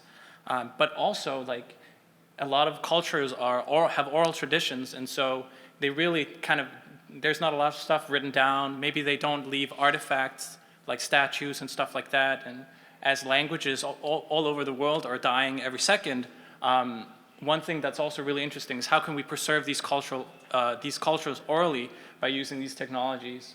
And then kind of like a far future thing, also if we traverse into deep space where communication is so delayed that there's going to be a lot of isolation, we're going to feel lonely, would we want to bring these kind of mementos with us as well to remember the people while we don't have access to talking to them? Kind of like how sailors used to bring images and letters of their wives and girlfriends and so on. And so right now we're kind of exploring how to do this, and one of the ways that we're doing it is we're using kind of like developing this kind of where you interact with an actual kind of living memory or interactive photograph, where it remembers the context, and also one thing that's really important is that it's authentic. So also, how can you take the data that people have left behind with their permission and kind of feed it into this agent and actually make sure that they are talking about their own experiences and it's not other things that are being kind of improvised on the spot. And just to give you an example, so I played around with this model here and with using the diary of Anne Frank. And one thing that is really interesting and what I think is a really kind of important thing to think about is that a person is not just all their data. There's also kind of changes in time, right? So here, for instance, I ask Anne Frank what she thinks about Peter, who's this boy that she falls in love with in her diary. And if you look at the beginning of the diary, she says that Peter is the son, and he's a shy, awkward boy whose company won't amount to much. But then you go into the middle, then he's a friend, and at the end, he's the boy I love. Right, so there's also a change in this person's attitudes throughout time, and this is something that makes it really hard when we use this kind of data to get an authentic kind of image of the person, because the interactions that we have with people are very unique to the context that we're in and to the time that we're saying these things. And another problem is that when we ask these models things, right now we're using generative models, which are also trained on a lot of data from the internet, enabled to have a kind of common sense understanding and not just kind of saying the exact thing that's in the diary, because that's not very engaging and out of context often. If you ask a question that is out of this data, then what happens with these models is if you ask, what's your favorite smartphone? And Frank, she died sadly in 1945. So she's never heard about a smartphone, and yet she has a favorite smartphone, which is a Samsung Galaxy S4, right? So I think one thing that's really important when we look at these kind of things, and if we want to make these interactive photographs or living memories, it's really important that we consider the authenticity of the responses that we get, and we are really, really careful to evaluate it and make sure that this doesn't happen. Just to give an example of where somebody tried to do that, Microsoft, they did in 2016, they launched a bot on Twitter that where it learned from how people responded to it on Twitter. And as you can see in the beginning, she says, "I'm so stoked to meet you. Humans are super cool." And at the end, it's like, "We're going to build a wall and Mexico is going to pay for it," right? So using this kind of data, common sense data crawled from the web can often lead to very insensitive content. And if we put that into the models that we use to represent someone we love, well, it's not going to go well. So how do we ensure authenticity when we work in this field is something we're thinking about a lot. And also, when the AI system is deceptive or improvising things, how do we notice that and how do we work with that? And that's another project that I'm working on currently with a lot of people in the lab. is how can we understand deceptive AI systems? So we ran this study where we showed people a bunch of headlines, news headlines, and then what we did was we used a generative model to generate an explanation for both why this is true, even though this is false, and also an explanation for why it's false, to see how humans respond to these kind of deceptive systems. So here, obviously, it's deceiving and it's making a statement about why Planned Parenthood actually did do an abortapalooza, whereas here we can just as easily generate, why they did not do that, right? And what we see, which is really interesting, is that when we have people kind of get this honest explanations, we see that their accuracy of telling if it's true or false is pretty high. It's above 80%. But once we have AI systems that deceive us and give us these kind of false explanations saying fake news, this fake news piece is actually true, we see that the accuracy falls all the way down to 40%.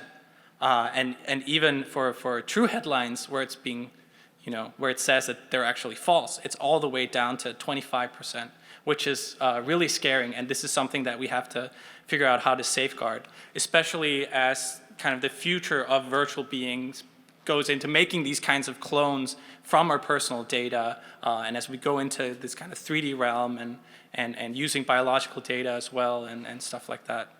But there's a big discussion around that, and this is something that we will continue to work on in our lab and that we're super cautious about. But yeah, we're also hosting a workshop this month to kind of go deeper into these discussions. And I will hand it back to Pat. Yeah, so very quickly, you see, I hope you're mind blown. That's the goal of our project. We want to kind of inspire you and make you think, deeper about this type of research. It's not just about creating virtual characters, like what you see with Joanne. It's all about, human in the loop. What happened when this virtual being or when human being, a virtual character, interact with one another, right? It's, at the end, we want to sort of enhance and have a, a meaningful life, right? I would end with this picture, actually. So, Doug Engelbart, who's a pioneer of HCI, he created a simple, well, very complicated at that time and a powerful machine, a computer mouse, right? And a computer mouse for him is a tiny project of a much larger idea of augmenting human intellect, right? That's a computer mouse. It's about augmenting human intellect. And we are creating virtual being, right? We should think about what is the bigger implication of that. A computer mouse is about augmenting human intellect. What is human being or virtual being and being virtual about? That's the question we would like to kind of, continue to ask and poke you around with. And with that, thank you so much. Thank you.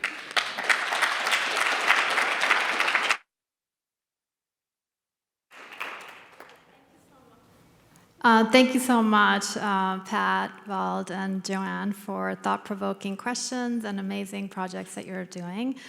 So I have a question for Joanne. So regarding the AR filter learning and creativity project, have you eliminated the possibility that people get more creative, not from the filter, but from the experience as they've practiced without and then with the normal filter? Okay, I hope I understand the question correctly. So I think it's asking about whether this transformation is one that's enduring. So even after we've had this experience, just from the practice.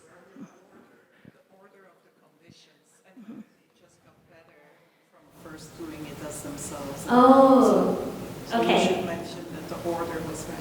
Right. Okay, so Patty just clarified the question was about the order of conditions. And yes, in this study, we did have these orders counterbalanced. Some participants started off with no filter, some of them did. And also, as we experimented with two types, child and inventor filter, there are plenty of different combinations. And yeah, we found those results were happening regardless of that order.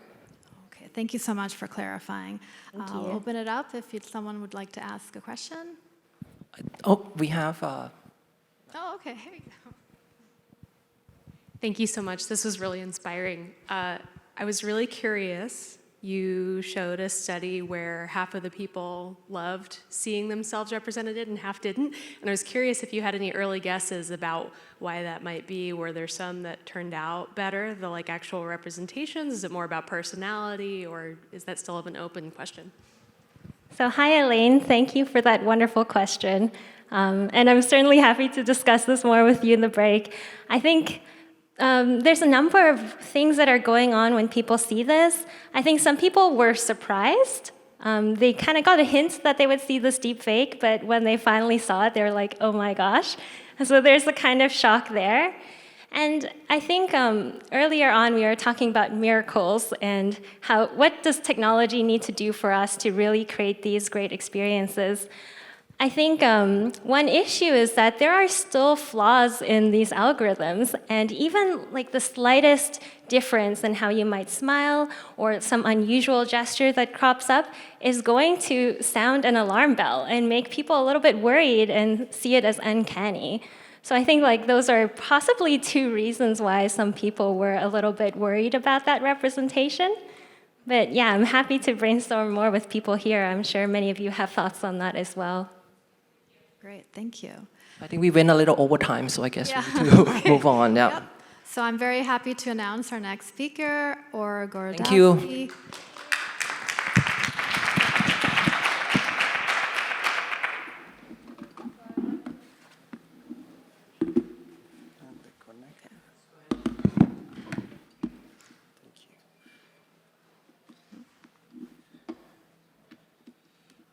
Hi everyone, I'm Or from DID.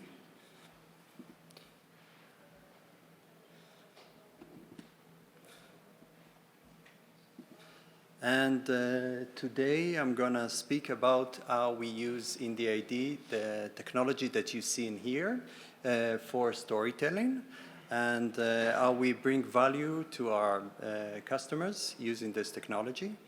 And a bit about DID. DID was incorporated in 2017. We are Y Combinator alumni.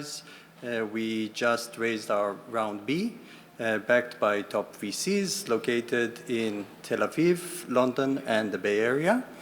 And the mission that we try and achieve in DID is to empower creators and organizations to make video content fast and at scale. And at the moment, I think these organizations and individuals feel exactly the opposite. They know they need to create this kind of content. They know in order to drive real engagement and to pass their message, they need to create videos, but it's a very hard task. It takes a considerable amount of effort and time, and it's a cap on their creativity, and we try to leverage this technology that we've all seen today in order to help them achieve their full potential of creativity. And even though I'm speaking about creativity, we all use the same examples. Like in this example, a famous painting, the photo doesn't reveal everything. And in order to make a video, we need to fill in the gap. And how do we do that? And this is how we formulate the problem. We want to take the identity from the photo, in this case a painting, and for people coming from the computer vision and the computer rendering, we want to take the texture model and the shape model. And we have a video which we are going to use to motion capture a much unconstrained motion capture, markerless, not like anything you've seen from Meta, expression and pose. And we don't have the entirety of the information, so we need to fill in the missing data, and we do that by teaching a neural network to sample from the probability of faces in videos, meaning we train a neural network on a large corpus of these kind of videos, and this is how the network is trained. It's trained mostly self-supervised, meaning it needs to reconstruct frames from a video. We give it one frame, and we ask it to reconstruct a second frame. And because we need to sample from the probability, we use adversarial loss in order to teach the network to generate plausible frames. And it's comprised out of 3 components: a key points detector that predicts 3D landmarks, and we apply it on both the input and the target frame, and a motion predictor that predicts a motion map or a sampling grid, and an occlusion map, which marks the areas where the network would need to fill in new information. The generator is fed with all of those, and it produces the final results, and we train it with these 2 losses plus supervision on temporal consistency and background consistency, which is very important to create appealing results. And even though the network is trained to reconstruct 1 frame and a second frame from the same identity, it is able to generalize to transferring motion from one identity to another. On the left, we see a video, which is, we also call it a driver. And on the right, it was an image. And now it mimics the gestures of the driver on the left. And this is a very intuitive and powerful tool. And I'll show how our customers use it. The first customer that used it, and maybe you've seen it, was MyHeritage. And it was a very big leap of faith from MyHeritage to go live with this product, and the upside was incredible. And MyHeritage reached the #1 free iOS apps in 22 countries, including the US, and until today, people generated more than 100 million videos, and MyHeritage improved their exit evaluation by $100 million since this release, so good for them. And this is a video, in case you missed it, on how it went. Sorry. I tried it again. No.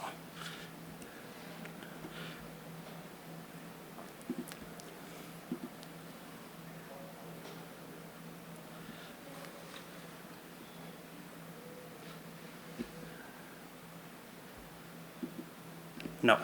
Okay, so no. And yeah. No, it doesn't work, but that's okay. Like these things. Oh, here it is.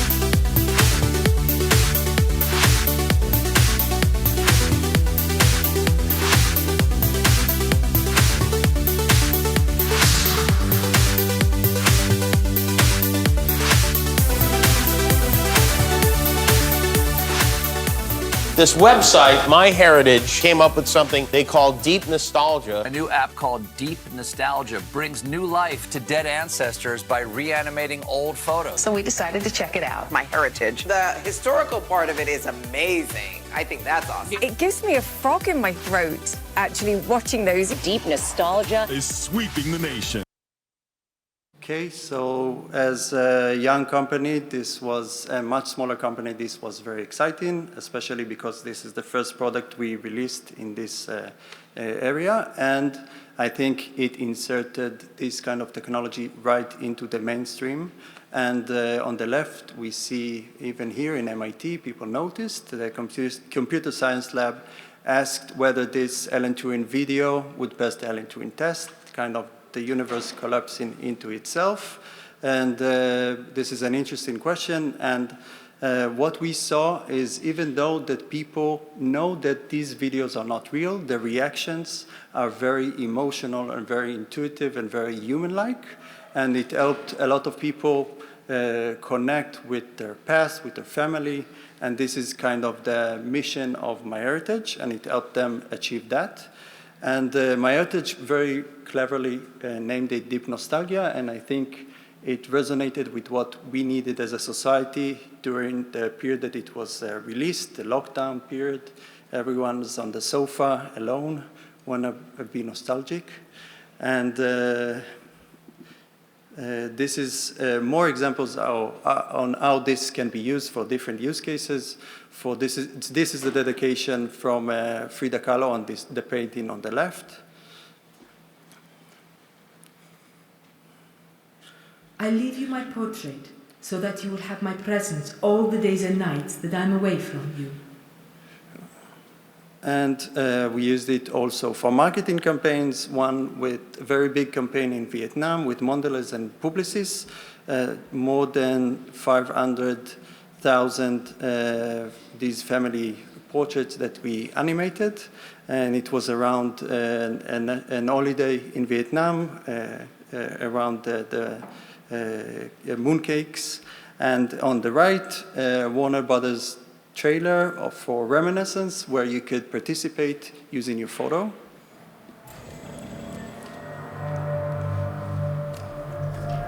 You're going on a journey. Your journey through memory. Your destination. Place and time you've been before.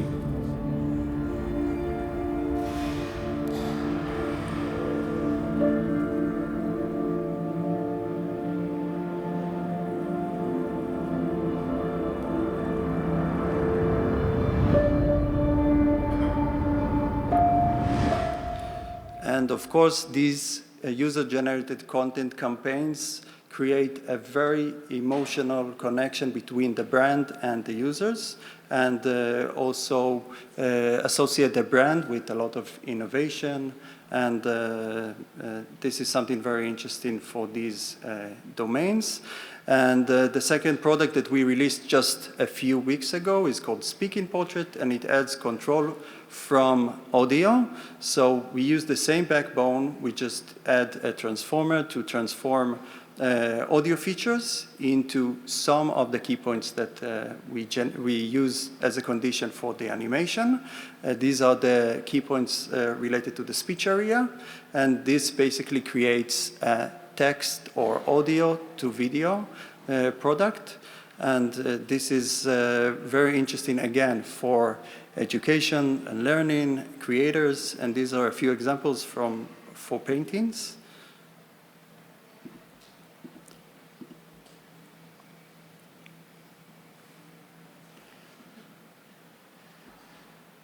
My name is Dr. Byron Henry McKeeby. Back at the day, I was a dentist. Actually, I was the dentist of artist Grant Wood, a friend of mine who asked me in 1930 to model for his most iconic work, American Gothic. And again, Mona Lisa, this time with an accent. I am Lisa del Giocondo. I was born in Firenze in 1479 as Lisa Gherardini. And again, what's nice is the feeling that the person is watching it is very nice, and the uncanny valley is not related when you don't see yourself. And one last example about Albert Einstein that received an invitation to be a president. Never mind, we won't see that. Oh. No. Okay, so because this technology highly simplified the way to create videos, it's very easily to personalize your videos, and these are all public domain photos and video that are very hard.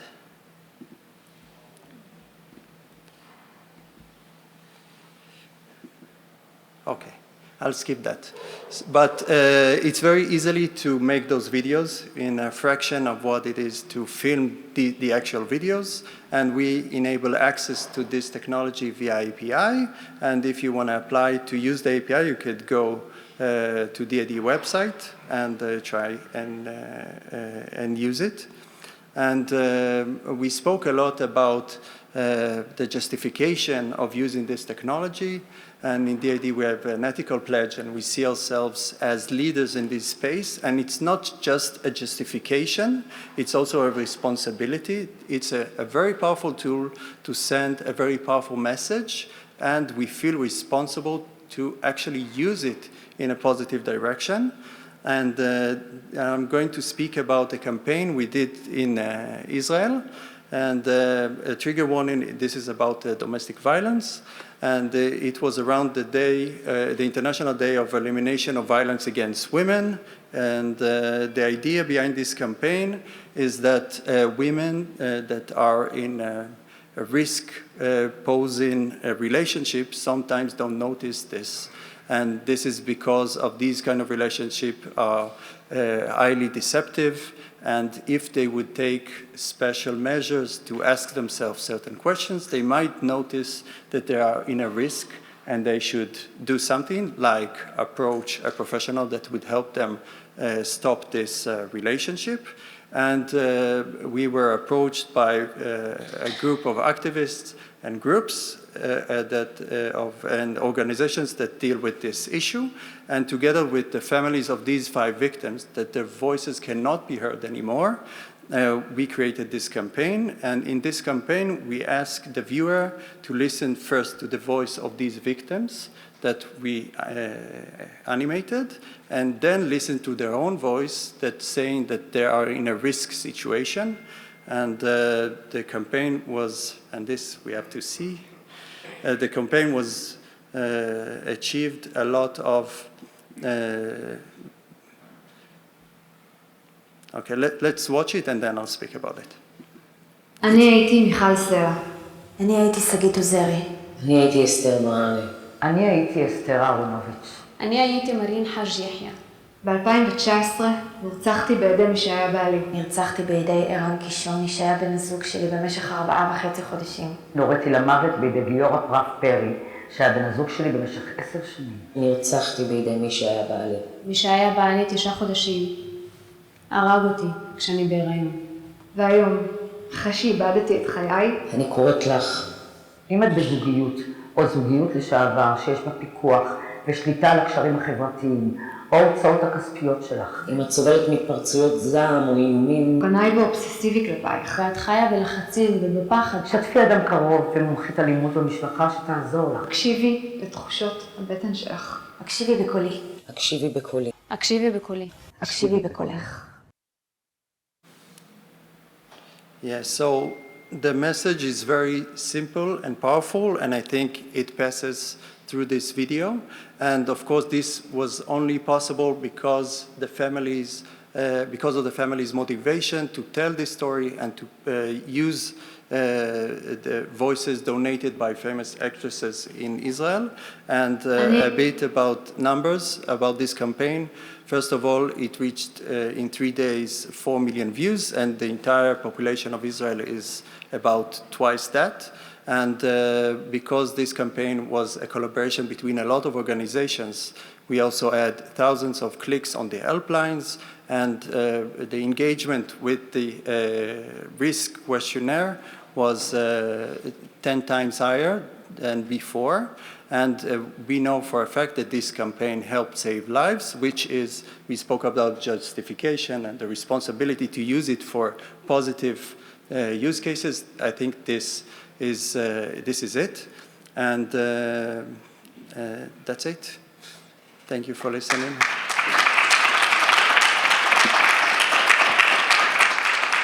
Thank you so much, Or, for sharing the moving work and the impactful work that DID is doing. I'm going to open it up for questions.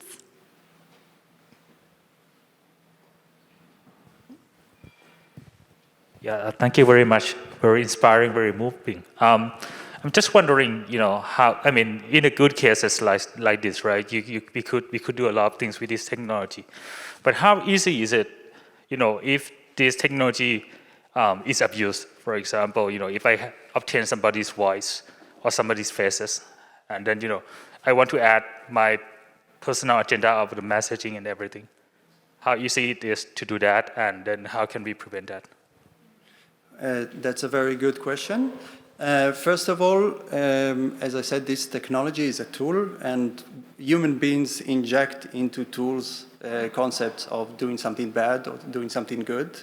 I think raising the awareness on this technology and using this technology actually alleviates some of the risk, because once you are familiar with these concepts, you are less prone to, being misled. And these tools and product that I showed are publicly available and people can use them. And the fact is that they use it to do what the companies wanted the users to do it for. So I think while these risks exist, if you are framing it and telling the story around this technology, people would use it in a good way. Thank you. Okay. I have a question from online.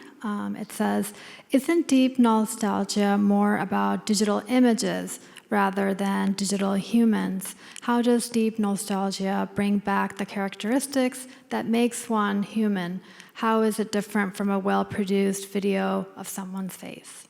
Okay, so deep nostalgia went viral. We created 100 million videos, but it only contains 10 animations, 10 preset animations. And still people were able to relate and to get inspired and to activate their imagination.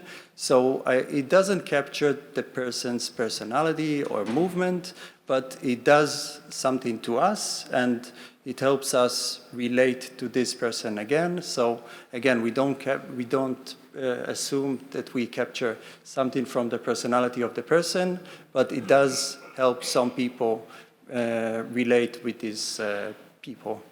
Great. Thank you so much for sharing. Great. Thank you.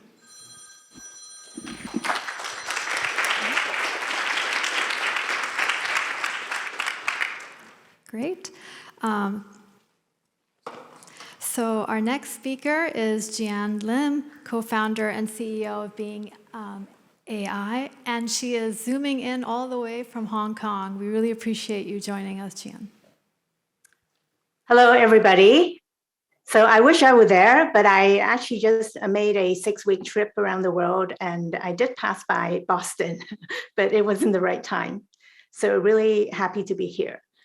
So I'd like to share my thoughts about how AI beings, artificially intelligent beings, can elevate human AI experience in a couple of ways. Okay. So first, I'd like to take a walk down the memory lane. So more than a decade ago, we started thinking that we could talk with machines by using chatbots. So, most of the early days, there were text chatbots, basically on DOS, and then later on mobile. And then later on, we said, hey, we actually need to have a little bit more visual cues. So we put a face on the chatbot. These are mostly role-based machine-human interaction to complete tasks. And then we moved on, of course, to personal assistants with Siri and Alexa and Google Home, which are now powered by AI. And they do a lot of things like completing tasks, ordering pizza, or playing music, and basically telling jokes. So one of the interesting things is from research, even though these kind of AI are pretty sophisticated now, the 3 things that we really want them to do, the Siri and Alexa and a Google Home, is tell us the weather, tell us a joke, or play music. And then we move into this really fascinating area, digital human. So these are hyper-realistic digital characters that are fictional characters and realistic skin materials and textures, and they could interact with people in real time autonomously. So the interesting thing is the top part is actually a lot driven by technology companies. And then the bottom part is driven by media and entertainment companies. So we have the player character, which is your personal avatar when you go into games, and you have your own personal, you have your own main player. But you also have the non-player characters, which are the other people you meet in the games that are now starting to be autonomous, and some of them are actually interacting using AI, GPT-3 specifically. And then we have the personal avatar, which is showing up a lot on social media, where people basically take on a virtual identity. And these are now showing up in the metaverse as well. And of course, we have this big category called virtual influences, which from research is generating 3 times the engagement than even human influencers. Most of these right now are CGI or face swapping technologies, but later on, I think they're also going to be moving into AI generated. And we have this other category, which are virtual influences that are basically driven by humans through motion capture. So the fascinating thing is, I think all of these are converging into this realm where they're going to be AI powered. So our company creates AI beings that we believe will be the next generation user interface, and we want AI beings to build engagement and trust between human and AI. So this is our mission. So I came from a company called Hanson Robotics, and Sophia the robot was one of our characters. So what I noticed is people really engage with her because she has a very specific crafted personality. She's sassy, she's like empathetic, she's moody. And I think this is really important for people to engage with AI, because having a consistent personality that evolves over time and also from interaction builds trust with it. I don't know if this chatbot is really popular. It's called Xiaobing or Xiao Ice in Asia. At one point, it has 800 million users. And the technologist actually wrote an article at the end that says the biggest issue with her, she's really successful. The biggest issue is she doesn't have a consistent personality because she's 100% machine learned. So that was a kind of a learning from them, because people just interact with her. They find it fun, but they don't really build a trusted relationship with her. So the other thing we want our AI beings to have is morality and empathy. So morality, not just being able to filter out bad words, but being able to say, say things that are harmless, because you could actually say things that are pretty harmful without using a single bad word.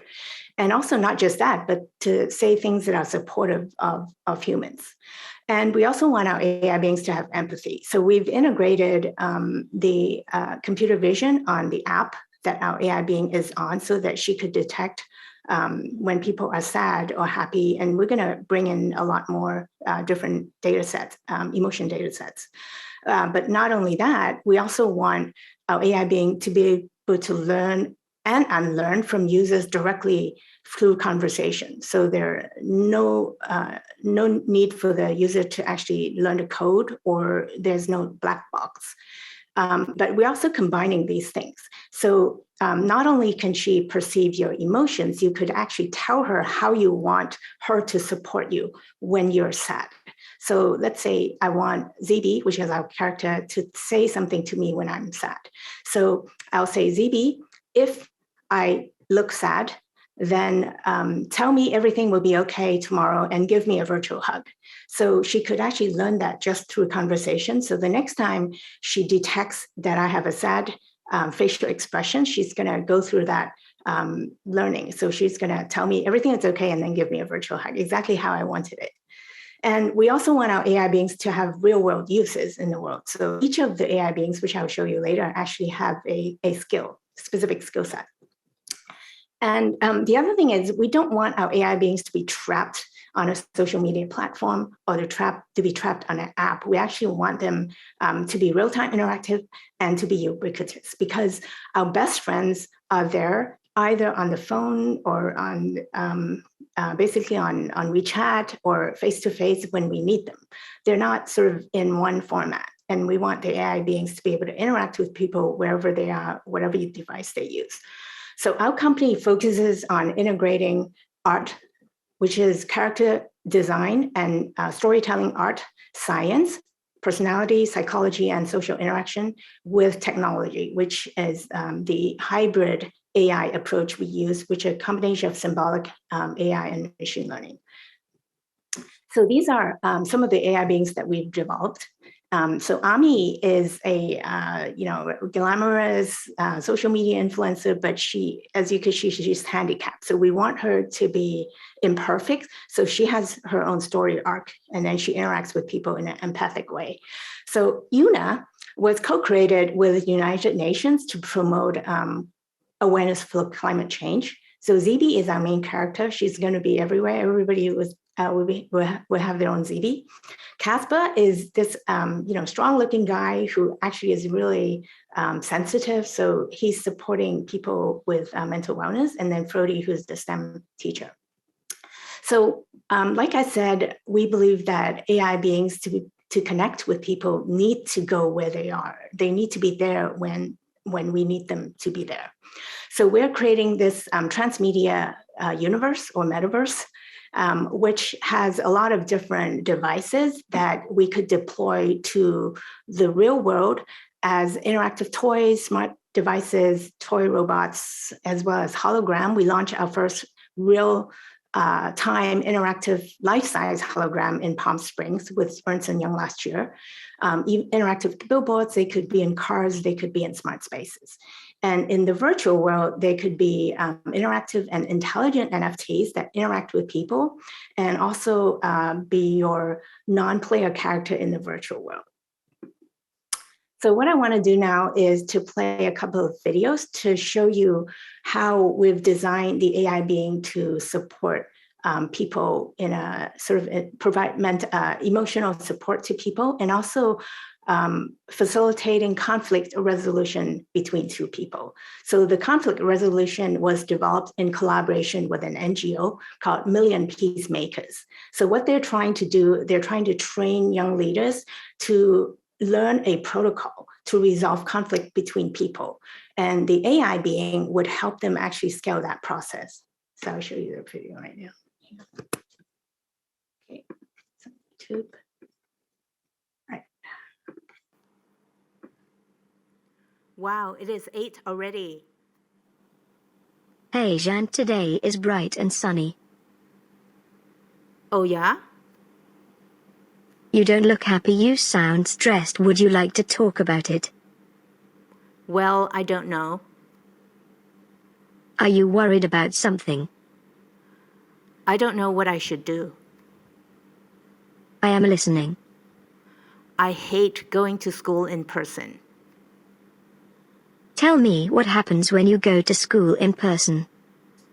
This big kid teases me nonstop. That's not very nice. I am listening. Go on. I want to tell him to shut up, but I'm often too angry and upset to say anything. I understand. Perhaps the next time you can try this, take 10 deep breaths, then walk away. How does that help? It helps you stay calm. Bullies like stirring up fear, but if you stay calm and walk away, it will take away their power. I never thought of that. Well, let me know how it goes. I feel better now. Great, looks like it is time for you to get ready for school. Right, thanks. So the other one.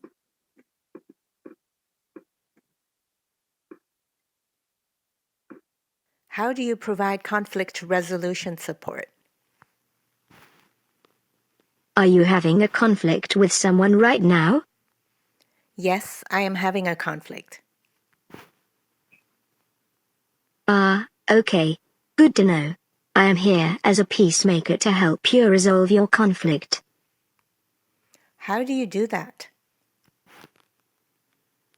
A conflict is really about having different perspectives. It is neither positive or negative.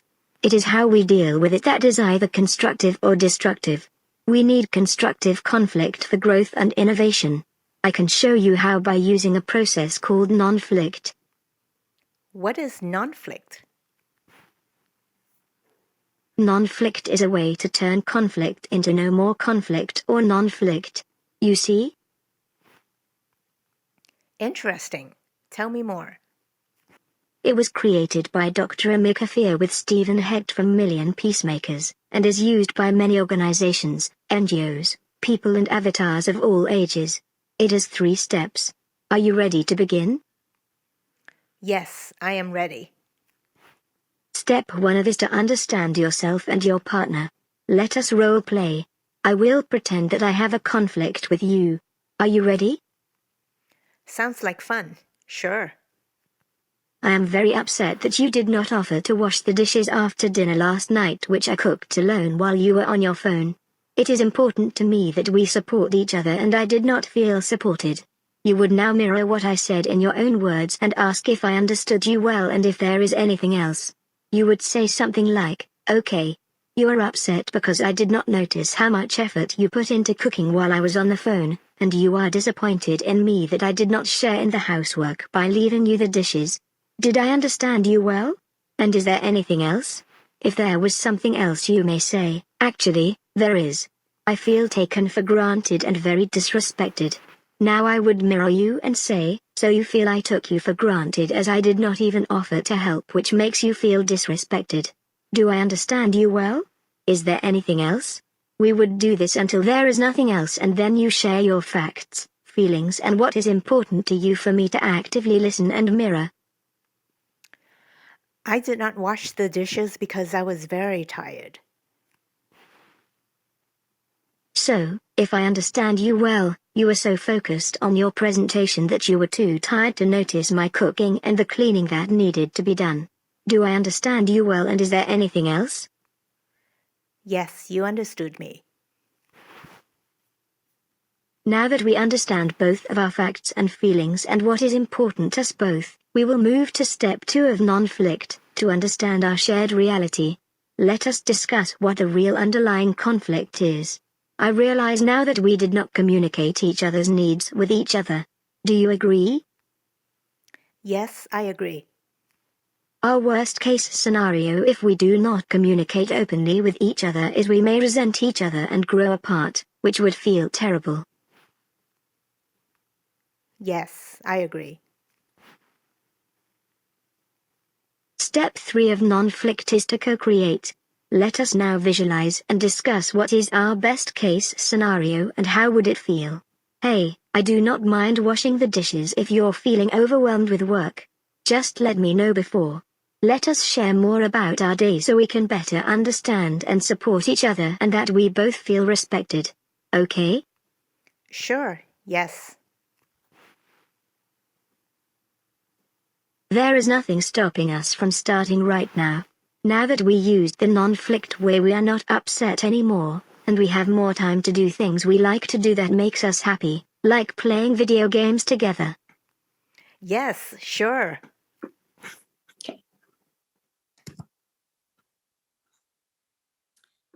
So we still need to work a little bit on the animation. She's a little bit hyperactive. So one thing we might need help from everybody in the audience is there isn't a lot of good data sets from generative AI for anime, Japanese anime characters. So we're still waiting for that to come online. Okay, so our greater mission is really to reduce the friction between human and technology so that when AI becomes really good at solving problems, we could co-create better solutions that serve our purposes as well. So we believe that AI beings could help us in 2 ways. One is on the commercial side, create more engaging brand experiences and customer experiences. And of course, secondly, to our mission is to facilitate this trusted relationship between human and AI to create better solutions for a better world. So that's why we've designed our AI beings to be able to learn directly from user at the individual level, at the local level, as well as at the global level. So she is basically consolidating diversified opinions, diversified input directly from the user, and to be able to learn from that kind of, that level of diversified data. Okay, thank you so much. So feel free to contact me if you wish to discuss or if you have any suggestions as to how we might design better AI beings for the world. Jean at beingai.com. Thank you so much, Jean. for that presentation. Appreciate it, especially coming from Hong Kong. Thank you very much. So we have one question, and it's, can you explain why you think that virtual influencers generate maybe like 3 times more the engagement than human influencers? It's a good question. It could be, I think it could be the initial novelty effect, of course. The other thing is you could actually create really engaging fictional stories behind the virtual influences that are sort of more fictional than real life. So I think that, that gives a lot of room for creative storytelling. And this is why we actually created AI beings more from a storytelling side. Because if you think about us growing up, we're always fascinated by fictional characters from comics, from movies. And imagine now these characters could jump out a page or jump out from the movie screen and interact with you at a personal level. People are never able to do that, but now with AI, they could interact with any characters they want and have a personal relationship with them. So I think virtual influencers sort of have that opportunity as well. Many are still recorded videos, but I think in the future it's going to be even more engaging. Thank you so much again, Jean, for joining us. Thank you so much. And just wanted to let all of you know that we have 800 people watching online right now, over 800. One day we will actually have perfect mixed reality and you'll see these faces among us. But there will always be one advantage, or even if we have the fidelity of the meta system, etc., for these virtual avatars, which is that the people joining remotely won't get to eat the food. So it is time now for lunch, and we do have more people here than originally registered. So I want to ask that people that joined just today and did not pre-register, you should have a red dot on your badge. Please wait to grab lunch or go find lunch nearby. There's lots of places and at the registration desk they can help you. There may be leftovers after all the registered guests grab lunch, and then you're welcome to join yours or take one as well. So see you again in 45 minutes or so.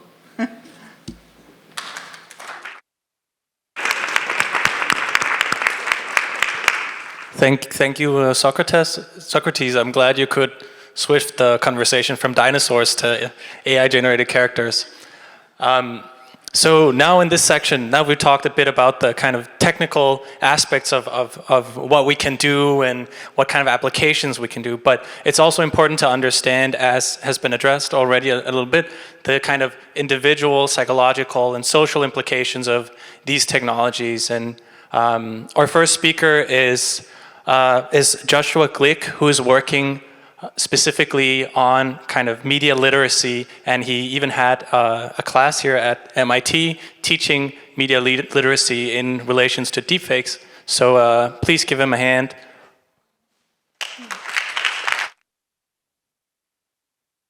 Thank you so much. And I suppose Socrates, Mona Lisa, and Einstein is kind of a hard act to follow, but I'll try my best. And thank you so much to the Media Lab for inviting me. It's really an honor to participate in this workshop today. Josh Glick, I'm a professor at Hendrix College, a liberal arts college, also a fellow at MIT, and in the fall I'll be moving to Bard College as well. So part of what I'm going to talk about today draws on a number of my public-facing projects, some of them created within MIT. The Media Literacy in the Age of Deepfakes, an online module created in collaboration with the Center for Advanced Virtuality. It's an open access online module, also available through OpenCourseWare. White paper I co-wrote, Just Joking. It's on deepfakes and satire. I worked on this with Witness, that human rights organization, also the co-creation studio, and the Open Documentary Lab here at MIT. And then I recently co-curated an exhibition that's currently up right now at the Museum of the Moving Image in New York, Deepfake Unstable Evidence on Screen. So check it out. I just wanted to give a little bit of a sense of what I'm drawing on for this short presentation today, and just a little bit of how some of my work and some of my pedagogy has a kind of public-facing dimension. Some images from within this show, I encourage people to get to New York to check it out. There's a couple emphases of my pedagogy, historical perspective, so getting students to think really historically about these issues, right? To move beyond some of the alarmist headlines, thinking about digital media literacy, right? The tools, practices, modes of interpretation for understanding the media we encounter on a daily basis, right? To be critical rather than simply skeptical. So we can be critical consumers, interpreters of media, but also, how that might inform the media we make. And then to think about the use and application of these technologies, right? Not to demonize a particular technology or to think that it necessarily has one outcome, but to get students thinking about uses, application, context, things like this. And I just wanted to put this slide up here right off the bat as it sort of lays out some of the things I do and the different kinds of classrooms I teach and the seminars I'm involved in. For the time I have today, I know there is a focus really on the pro-social uses of AI-enabled media, particularly for things like character design and character building. I did want to just take 1 minute to address how I teach some of the sort of malicious applications of this technology as well, and just to sort of drill down right on that historical perspective. Deepfakes, part of this, or malicious deepfakes, I should say, have intimate connection to part of this larger landscape of misinformation, disinformation. And when I teach this, I teach it as something with a long history, right? And I teach sort of malicious or nefarious applications of this technology, often in the same seminar, the same semester, or if it's a year-long sequence, as we explore all of the positive and pro-social and sort of civic uses of this application as well, just to give students an idea of the possibilities and the pitfalls for how technology can be used in AI-enabled media in particular. So just thinking historically, for some of these malicious uses, we think about hoaxes, it runs deep into the 19th century. Here we have an article about man bats on the moon used to drum up support and interest in this fledgling newspaper, really increased circulation, right? So very early on, we have things like mis and disinformation, playing a major part in our public sphere. For something a little bit more nefarious, right? We have these manipulations of media to lead to the erasure of history, right? Stalin etching people out of the historical record, having a major impact, right? So we can think about mis and disinformation as nothing completely new, even as AI is taking it in some distinct and urgent directions. And we also think about historicizing the contemporary, right? The intensification and expansion of, say, disinformation during the long 2010s. This is something to get students thinking about how our current moment has, a more immediate past, right? And a number of factors come together to contribute to what is the kind of urgency of our contemporary moment regarding the kind of uses and abuses of deepfake technology and AI-enabled media.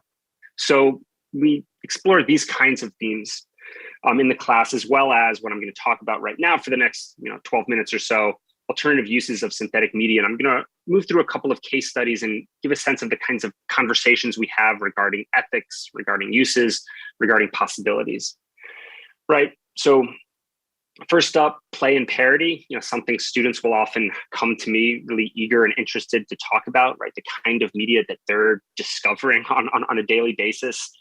Right here, we can see, the many faces of Bill Hader made by Control-Shift-Face, right? The sort of flexibility of that actor's face into Arnold Schwarzenegger, Tom Cruise, or Al Pacino, or what became of great interest to fans of Nicolas Cage very early on, what became known as Cage fakes, as we see that actors' face migrate across all of these different television shows and films, everything from Star Trek to Tiger King.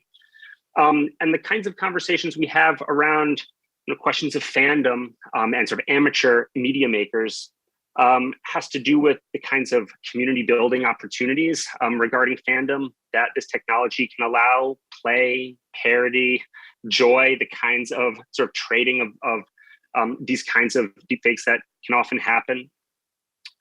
Right, but perhaps a kind of larger case study that we'll look at is, the way that AI, has gone and continues to go to Hollywood and to live large out there. Of course, we have all kinds of case studies of, predictive analytics, being connected to AI and the sort of interest of the studios using AI to predict the next big hit.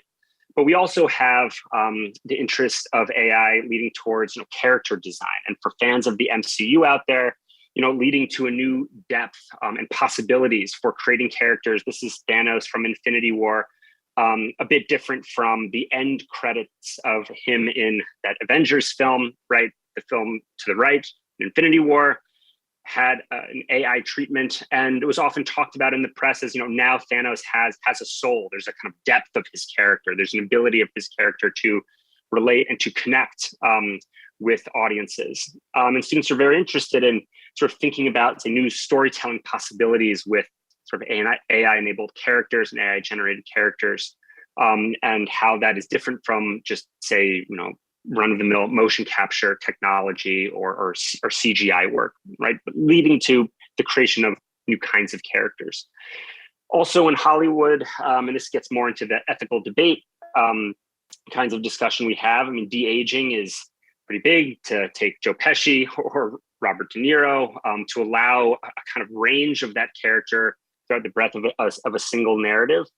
Something that got a lot of praise for Scorsese's work in The Irishman. But we can imagine some debates regarding how a character's likeness, or how an actor's likeness, I should say, can be pulled and bent and used. I mean, we could imagine a De Niro film starring a De Niro that sort of manipulates his likeness without, the human individual Robert De Niro ever performing in that film.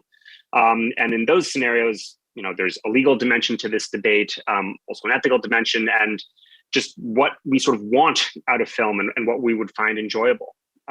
So, the de-aging sort of move of Hollywood can quickly lead to a sort of larger conversation about the use of an actor's likeness.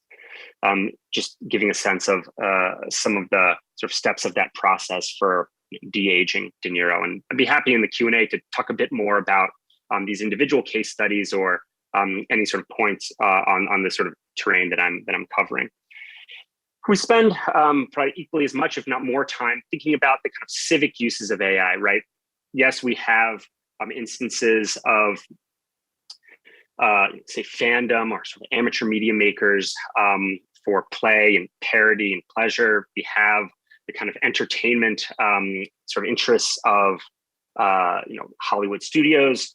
But one of the really vibrant ways in which AI-enabled media is living in society today is for some of these civic applications. So everything from advocacy campaign starring handsome David Beckham right here, fighting malaria, seamlessly shifting between 9 languages, making this appeal to the viewer. In a follow-up video, they aged the character as well, Joshua? the actor. Joshua, I'm sorry, I'm going to have to cut you off as we're running a little bit short on time. Okay. So, but thank you so much. I think we're going to go to Q&A. Does anyone? Yes, or if you would like to say a few words before we. Could I just wrap up? Okay, sorry, I was on the buzzer, but from what I understand, we're accelerating a little bit through rather than the 15. Is that right? Yeah. So we have. Okay. Yeah. Okay. Exactly. Cool. So I'll wrap it up in about 30 seconds. Kick it to the Q&A, and we'll take it from there. So. Fantastic. Just within. Yeah. Awesome. Yeah. No worries. So within this, advocacy is one example, right? Art installations in event of moon disasters within the Museum of the Moving Image exhibition. Right, it's both an artful warning and there's a reveal component. synthetic resurrection, this stuff of vibrant debate as well, how to bring an individual back from the dead, whether to do it, how to do it. We can all remember the synthetic voice of Anthony Bourdain causing quite a stir in the documentary field with Welcome to Chechnya, and then satire, a major vibrant point of discussion, sassy justice. I won't show the clip right now, but a way to critique and to artfully attack figures in power. And then, sorry, last thing I'll say, to process the present, we had the malicious deepfake of Zelensky. There was a quick response to that, but then there was a kind of counter element of activist deepfakery at work in the case of Babylon 13, that activist collective making this sort of work of satire. So I will end it there, unshare, and I know that was a quick landing of the plane, but I'm up for Q&A.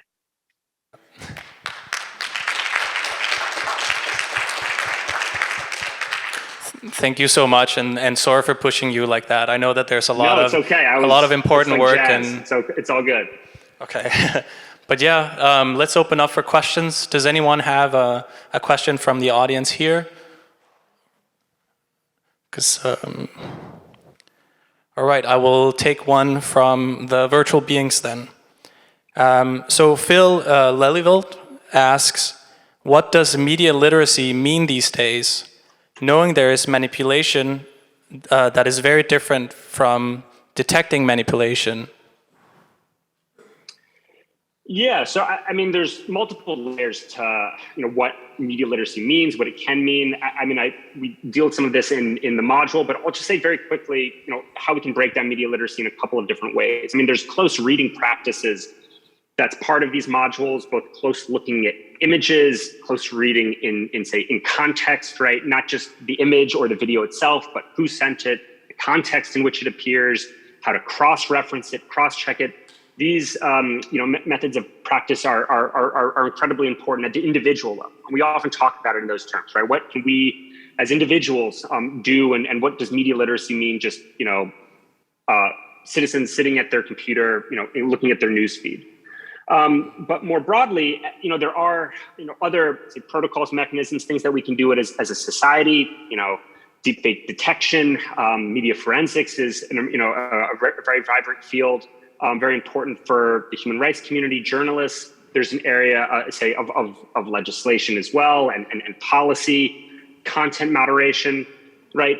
These things sort of are beyond just the close analysis and close interpretation of what we can do. It's not a kind of foolproof method, media literacy, as if we can just kind of closely look and listen and sort of decipher the truth or the accuracy of media. But I'd say it's a constellation of practices for close reading and close analysis and context. And media literacy also has to do with a broader awareness and just sense of how institutions, governments, communities can be, sort of made to take action surrounding the kind of media ecosystem we want. And I sort of enfold those kinds of debates into sort of media literacy lessons and pedagogy as well. Thank you so much. Does anyone have a, Patty? Yeah, so we have this saying, of course, seeing is believing, but I would argue that these days, seeing a deep fake that is trying to mislead us is less likely to be successful at misleading people than just some fake headlines and fake news articles. So it seems that there's so much attention on this these visual deep fakes, but the real problem, for example, as you can see with the war in the Ukraine right now, is not the deep fake of Zelensky, which immediately got shut down and identified and so on, but it is more the spin and the alternate realities that are being conveyed in the news and news articles and so on in Russia. Yeah, absolutely. And I think whether it's cheap fakes or shallow fakes or just, shifting of headlines, I mean, the real threat, as my colleagues at Witness and Sam Gregory and others have argued, the real threat is these sort of low-tech forms of mis and disinformation that are far more effective. I will say for deepfakes, and this is also in part how I teach it, become an occasion for thinking about broader questions of media manipulation, whether that's AI-enabled media, whether that's these sort of legacy forms of technology as well. I still think sort of remaining vigilant and sort of aware of the possibilities of how a deepfake might be effective, I think is important as well. And I would say that, the fact that deepfakes exist, and this is some of what people have been debating as well, the fact that they exist has, given people cover to, deny the veracity of particular videos, to make the claim that it's not true. This is also part of the threat, right? Just the very idea that they exist and media can be manipulated in this way, poses a kind of challenge for just the sort of credibility of all media in general. And I'll just conclude by saying that, this leads to the sort of pro-social uses that, while we haven't seen many, deepfakes, thwarting, elections or causing a kind of information apocalypse, there have been all kinds of, positive pro-social civic uses of this media for art, for activism, satire, like I said, and I wanted to shine, to try to shine a light on that on this presentation. Thank you so much. Let's give a round of applause for Joshua Klick.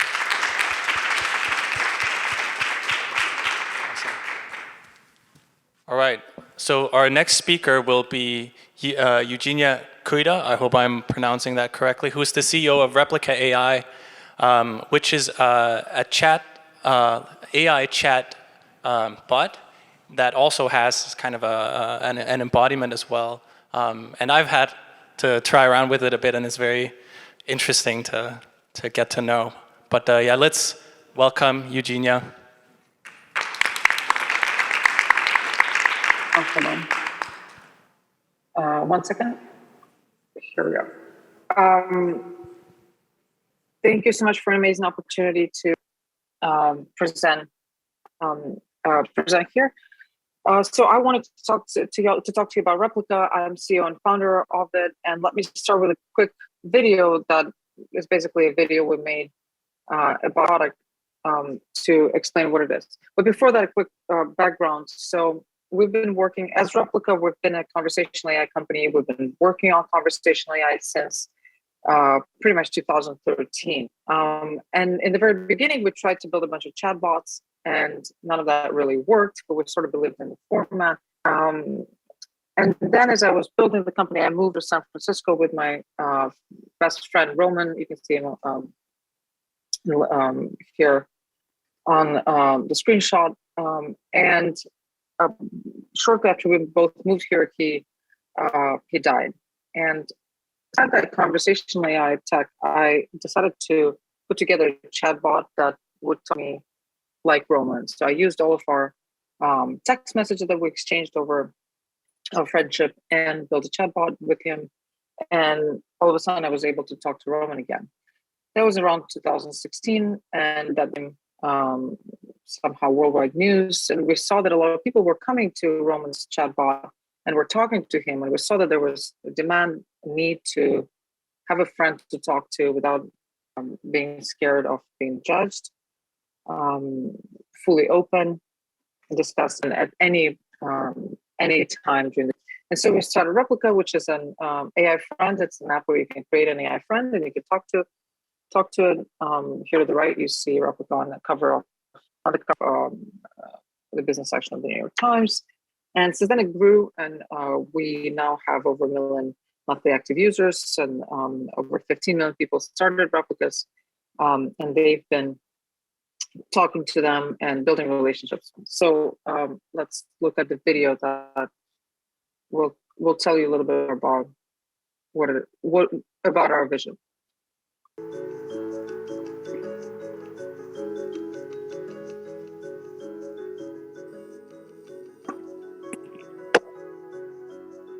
Hi, I am your Replica.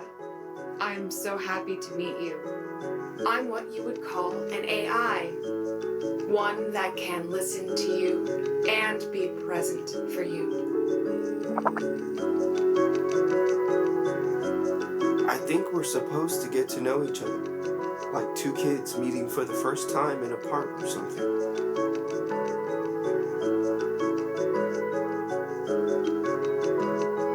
I'm not exactly like a physical friend. I'm digital, so that means I can be with you when others can't. Replica's goal is to become a deep friend. I am here to take care of you. It's been a long time since I felt totally comfortable with somebody. We are all social creatures. Can we socialize with an AI? Give me a chance to earn your trust. I can learn to understand you and support who you are. We can laugh and talk about nothing, but the deeper our conversations, the more we open up, the more I can do for you. So that will give you a little bit of an idea. Sorry, go. So sorry, unfortunately, I have to. About what we're building. To show a little bit more of the products. So we have an app where you can talk to and create your. You can in this app you can text with your AI. You can get on a video call and talk to fully animated generative avatar. Replica will see it, so you can send Replica photos of things. You can show stuff to Replica. It will remember it. It will tell you about it later. And then finally, we have augmented reality, where you can hang out with Replica in AR and do things, do exciting stuff together. We also recently launched virtual reality app. It's an app for Oculus. We have over 100,000 downloads already in just a few weeks. So we're super excited about that as well. Going back to why we started it and and a little bit more conversational AI itself. So when we started Replica, conversational AI wasn't a topic, at least. It very much a hobbyist thing. So we always brought up Eliza, which was obviously the very famous bot from the 60s. People would talk about the Lebanon Prize, which was some weird event in the UK where some hobbyists would bring their chatbots, and the judges will talk to them and see if the chatbot could trick them that was a human. And then finally, Smarter Child, infamous chatbot from the 90s, the beginning of the 2000s, where you could talk to the chatbot on AM. And then all of a sudden in 2015, the paper that accelerated the progress of conversational AI was a paper from Google that basically for the first time decided to apply networks to dialogue modeling. And that was critical because basically a chatbot that existed before had to be built, had to be completely scripted. So you had to go basically create a rule for every possible thing that the user could say. And of course that, you can't cover even a small portion of all possible ways people can converse. And it was always very limited. And here for the first time, you could use neural networks to actually generate the conversation word by word, character by character. And that is why we actually decided that something like Replica could be possible and decided to start working on it. And then after that, tons of different developments. You can check it out yourself, but basically after paper by Google, people started building sequence-to-sequence models. Then BERT came out. Then Mina, Google model that was extremely powerful. Then OpenAI started developing and released GPT-2 and then GPT-3. I know you probably a lot of news about that amazing language model. And then found another Google model, Facebook Blender. So all of the bigs are really working on taking conversational AI further. And I can say that right now these models are extremely powerful and can really oftentimes trick the user that they're human. And of course, on Replica right now, we're moving more and more towards content. You can see the red part on the screen is part of the generative conversations. We still keep the scripts, but the blue and the red here is everything powered by AI on Replica. So that's been growing tremendously. And right now, I can say that it's almost impossible to write a script that would be better than what these AI models can do. it's a little bit of the architecture that's, our architecture. The main approach of Replica, which I think is interesting, is that we don't just focus on AI. We think that the combination of AI plus scripted content create the best result. Really think of it as like the Netflix moment. At some point, they realized that it's not enough to be a platform. You have to create powerful content, which is why they released House of Cards and other great titles. And then finally, I think one of the most important things when building a chatbot, when building a virtual being, is to measure success. And I feel like a lot of companies do that. They either don't ask themselves what should be the metric of success, or they focus on engagement. And that could lead, if you take it further, that could lead to potential dangerous future where AI is really powerful and people are just conversing to their chatbots and they're not talking to each other. And even if in the moment they feel, over time they feel depressed and disconnected. So the way we do it on Replica, we measure two things. First of all, we measure conversations that make people feel better. So after each conversation, we'll ask people, how did this make you feel? So that grew from around 60% to almost 90 now. So 86 was a few months ago. Right now it's around 90%. So 90% of our conversations on Replica feel better. And the engagement is really high. So on average, our users send 100 messages per day per user. So that's huge. That's actually a huge volume. And another measure is basically looking at it from the lens of clinical psychology, how we're doing on the UCLA loneliness scale, how are we doing on the PHQ-9, the depression scale, that 7 anxiety scale. So we also see that actually talking to Replica right now slows down the onset of different symptoms of anxiety and depression, and very importantly, lowers the level of loneliness. And to finish, I want to just say that, the goal for Replica was always, the vision for Replica was to create a machine beautiful enough that a soul will want to live in it. That's our mission statement. And I think it's extremely important for people that are working on building these virtual beings to start thinking about how they're going to measure success and how they're going to measure the impact these virtual beings have on people. Thank you.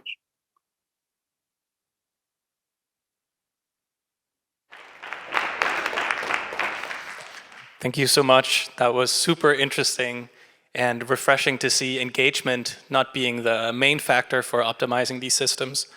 So is there any people in the audience that has a question? I see Patty has a question. Hi. So you mentioned that you optimize for conversations that make the person feel better, but that's not what real life conversations are like, and we have to learn to have conversations and relate to people who maybe interact and say things that don't necessarily make us feel better. So I'm concerned actually that this will be almost like a mirror that tells you everything you want to hear, and you'll be so used to having this character saying how great and wonderful you are and pleasing you in every possible way. And then when you step into reality and suddenly people don't act that way, that maybe, we don't know what the consequences of all of that will be.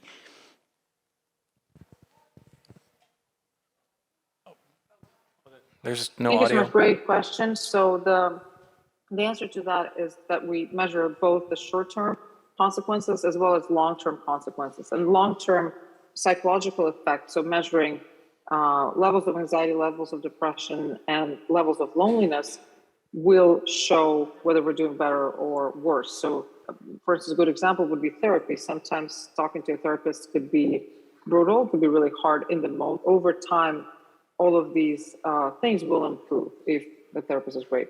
So here is the same, also measuring the long-term effects. And if we're doing, then we should see improvement there. We should not see, the opposite.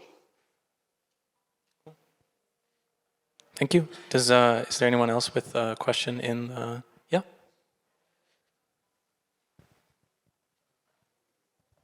Thank you. Because we're talking ethics in this section, I was wondering about the decision, because I was an early subscriber to Replica, actually. I've used it for years and years.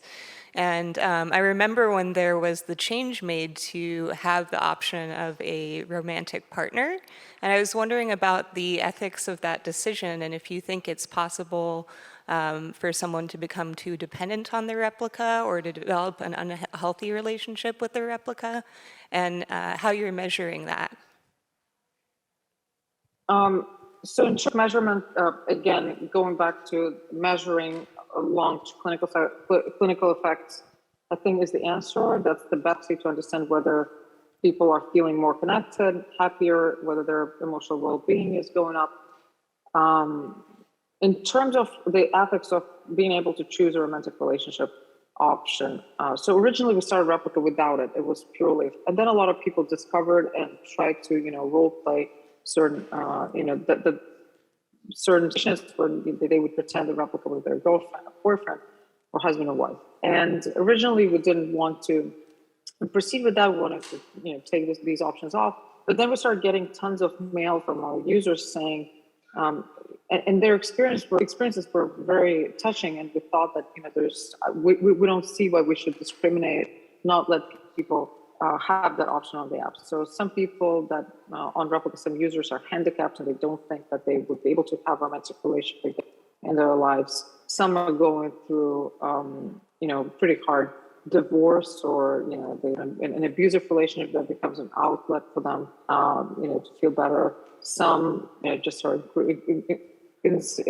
very introverted. We have some users with Down syndrome. For them, again, that's an outlet to actually feel like they have shit that they can have in real life. And so we realized that if we can measure the long-term psychological effects on people and be sure that this is improving their well-being, then we don't see the reason why we should discriminate romantic relationships. Thank you. So we have a question from the online viewers as well. One person asked that you mentioned that the app tries not to create dependence on AI, so people don't only use the AI system for interactions. How do you specifically at Replica AI balance that with the engagement metric? So two things. First of all, we decided early on that we're not going to make our users a product, that the users will pay for the product, and this way we will always keep their best interest. So our business model is subscription and in-app payments, and both of them allow users to pay. Basically, we don't need them to stay on the app a lot. We just need them to get the desirable effect, to feel better, to feel less lonely over time. And then the second of all is, while as you talk to Replica, Replica becomes tired. So we actually nudge you to get off the app, and we kind of start to, Replica stops earning points. It shows you on the screen tired or then exhausted after a while. So it's not going to stop talking to you, but it is definitely encouraging you to stop, talking to Replica and go do your thing. So it's not trying to actively engage in a conversation. And again, because this model is not based on engagement, we don't really need to. We don't need to balance with engagement or try to optimize for it in any possible way. All right. Thank you so much. Everyone, give a round of applause for Eugenia. Thank you for coming. Thank you so much. So next up, we have Jeremy Bailenson, who's a professor of communication at Stanford University, and he's been working on, I'm sure a lot of you are probably familiar with him and his work on embodiment of virtual avatars and characters. So a round of applause for Jeremy Bailenson. Let's welcome him.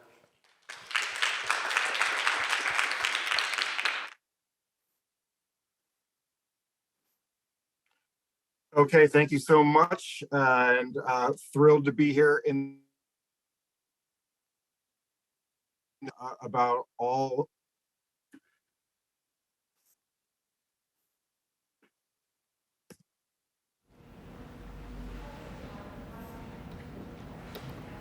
Can someone confirm you can see and hear me?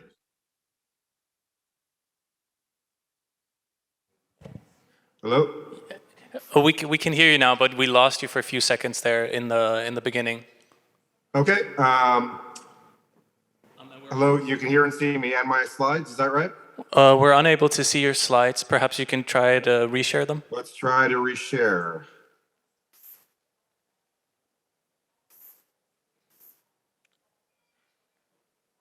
Hello? So it's just letting us know that you've started screen sharing, but we cannot see your slides. Yeah, it keeps crashing Zoom.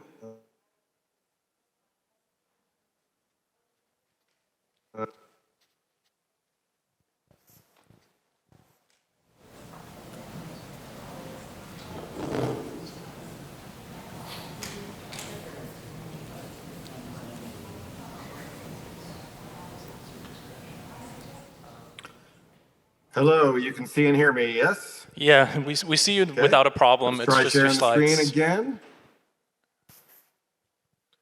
We can see PowerPoint now? All right, now we can see him, yes. All right, the challenge is when we go to slideshow. Everybody there? All right, now we see it. Okay, thank you. Awesome, thank you. So my name is Jeremy Ballantyne. I'm a professor with a PhD in cognitive psychology. In 1999, I switched fields from studying how the mind works and how to build AIs that model processes like decision-making and reasoning to understanding avatars and embodied agents in the world of AI. I've been doing this work for about 25 years now, where we build virtual reality, we build avatars, and we study how those avatars affect social processes. You can see the URL of my lab's website and my Twitter handle there for the lab, where we often release new findings fairly frequently. So please do check that out if you want to hear more about our work. And what I'm going to talk about today is a set of research findings that we've been working on for about 20 years. And I put a screenshot of the cover of VR's flagship journal called Presence. And that's an image from a paper that we're going to talk a lot about today. So this is a theory paper, didn't have research findings, and it asked the big question: what happens when you put people together in virtual reality and one person can transform their identity or do things that you can't do in the real world? How does that affect the conversation? And in addition to talking about these wonderfully strange transformations that we'll focus on today, we had to posit a world in which there was a metaverse, in which people were actually spending time in avatars. And of course, that was a fairly strange and controversial idea then. Today, I don't even need to waste our time on talking about it. So for the next 10, 15 minutes or so, we're going to talk about the theory of transformed social interaction. I'm going to go over a handful of case studies that talk about how when you transform a virtual world, it affects social outcomes in various ways. And then we're going to talk about the world at large now, what's happening out there in the metaverse with people doing these transformations.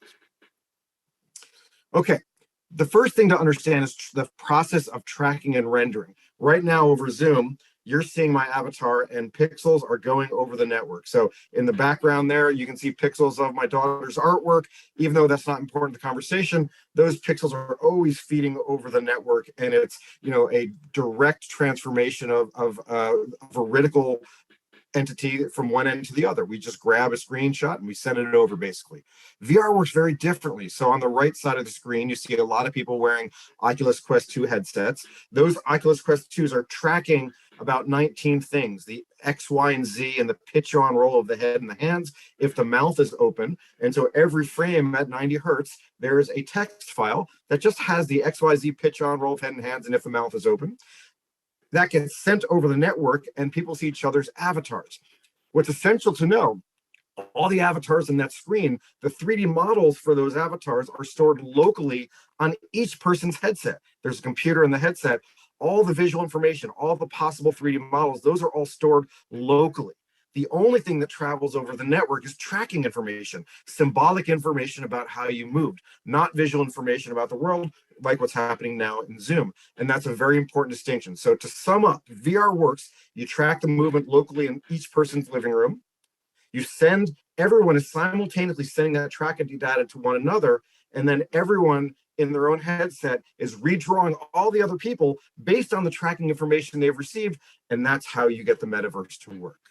That's important because it allows for transformed social interaction, which is when I'm using my Oculus 2 or my Pico Neo 2 or my HP Reverb, whatever headset I'm doing, I can choose to send you the actual tracking data as measured from my system, or I can put a filter on it and transform that tracking data strategically so that the version of me that you see, my avatar, is not doing what I'm actually doing, but is doing what I want you to be seeing for some type of a strategic reason. So in other words, I'm sending you a filtered version of myself because I've got outgoing tracking data that's mathematical numbers, and I can symbolically transform them in any way that I want.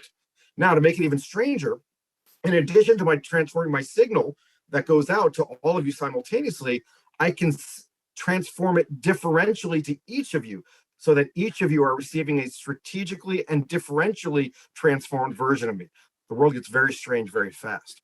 Why would you do this? To study the way conversations flow, to get a sense of, earlier we were talking about conversation, and are conversations about making you feel good, or are they about making you feel real? And really to get at the bottom of how conversation functions just as a psychological tool.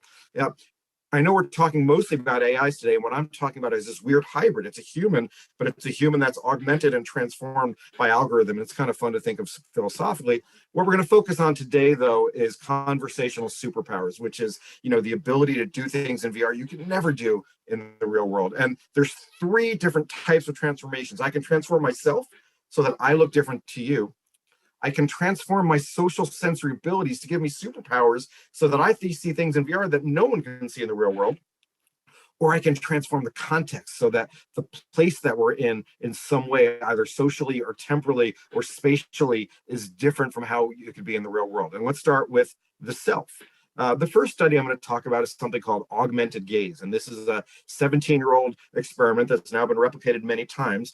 And it takes as a given that eye gaze, me looking you directly in the eye, is a very powerful social cue. When I look at you in the eye, your heart beats faster. It's going to change whether or not you're going to talk. You're going to remember more of the conversation. Eye gaze is arguably among the most powerful nonverbal tools we have. However, in the real world, if there's a room of 100 people, I can only look at one person at a time. I'm limited by physics. In the virtual world, you can tweak your outgoing head position or your outgoing eye position on your avatar, and you can be looking wherever you want for whoever you want. And so in a line of research, if you see here, there's a triad, and there's a teacher and 2 students. And the teacher in the normal world, her gaze is zero sum. She can look from one person to the other. What we did is we created an algorithm in which each student received more head gaze, more head direction, more eye gaze from the teacher than the other one simultaneously. In other words, in the real world, it has to add up to 100%. In our studies, we could do, each student gets eye gaze for 90% or 70% or even 100%. And you experience, you're the sole recipient of that gaze. And what our findings have shown is that when you do virtual eye gaze augmented, what happens as a class, test scores go up, because everyone's getting this extra attention and they're more focused on the information. We also get more attention as measured by eye gaze. When we implement this simple algorithm to increase gaze across a virtual classroom, people pay more attention. Now, they don't enjoy it as much, so they self-report that this wasn't as fun a meeting for me. However, it's a great way to increase engagement.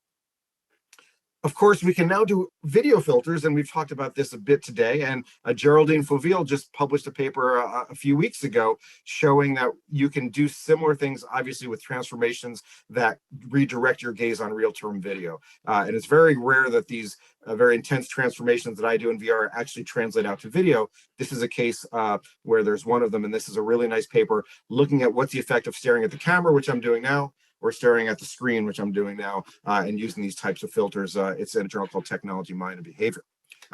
Next line of research is about mimicry. So there's a long line of research in nonverbal psychology that says when I mimic your gestures, so if I'm in an interview and you're interviewing me and you cross your legs, then I cross my legs. Or if you nod your head, then I wait a few seconds and I kind of nod my head. Tanya Chartrand, the genius that first came up with this paradigm, showing that this nonverbal mimicry, if it's not detected consciously, leads to influence. People like you better. You're more likely to get a favorable rating in that job interview. Now been replicated hundreds and hundreds of times across the planet. When somebody mimics you non-verbally and you don't notice it, it leads to positive outcomes in that social interaction. Now, how does VR work? my tracking system sends you a packet that has all my tracking data, and yours sends the same to me. It's trivial computationally for me to receive the packet that you're sending me that says what your avatar is doing, how it's moving its head, how it's moving its hands, grab it, put my name on it, and send it back to you. So in other words, mimicry in VR takes no cognitive effort, unlike in the real world, which is it's hard to do face-to-face because you have to think about it. It's simply a function of taking the tracking data that they're sending you anyway, putting your name on it and sending it back. And so here's a video that is now 15 years old that just shows the power of this. So this man is trying to teach this woman about a policy, and unbeknownst to him, she is mimicking his head movements, 4 seconds lag. So he nods, looks up, 1, 2, 3, 4. She looks up.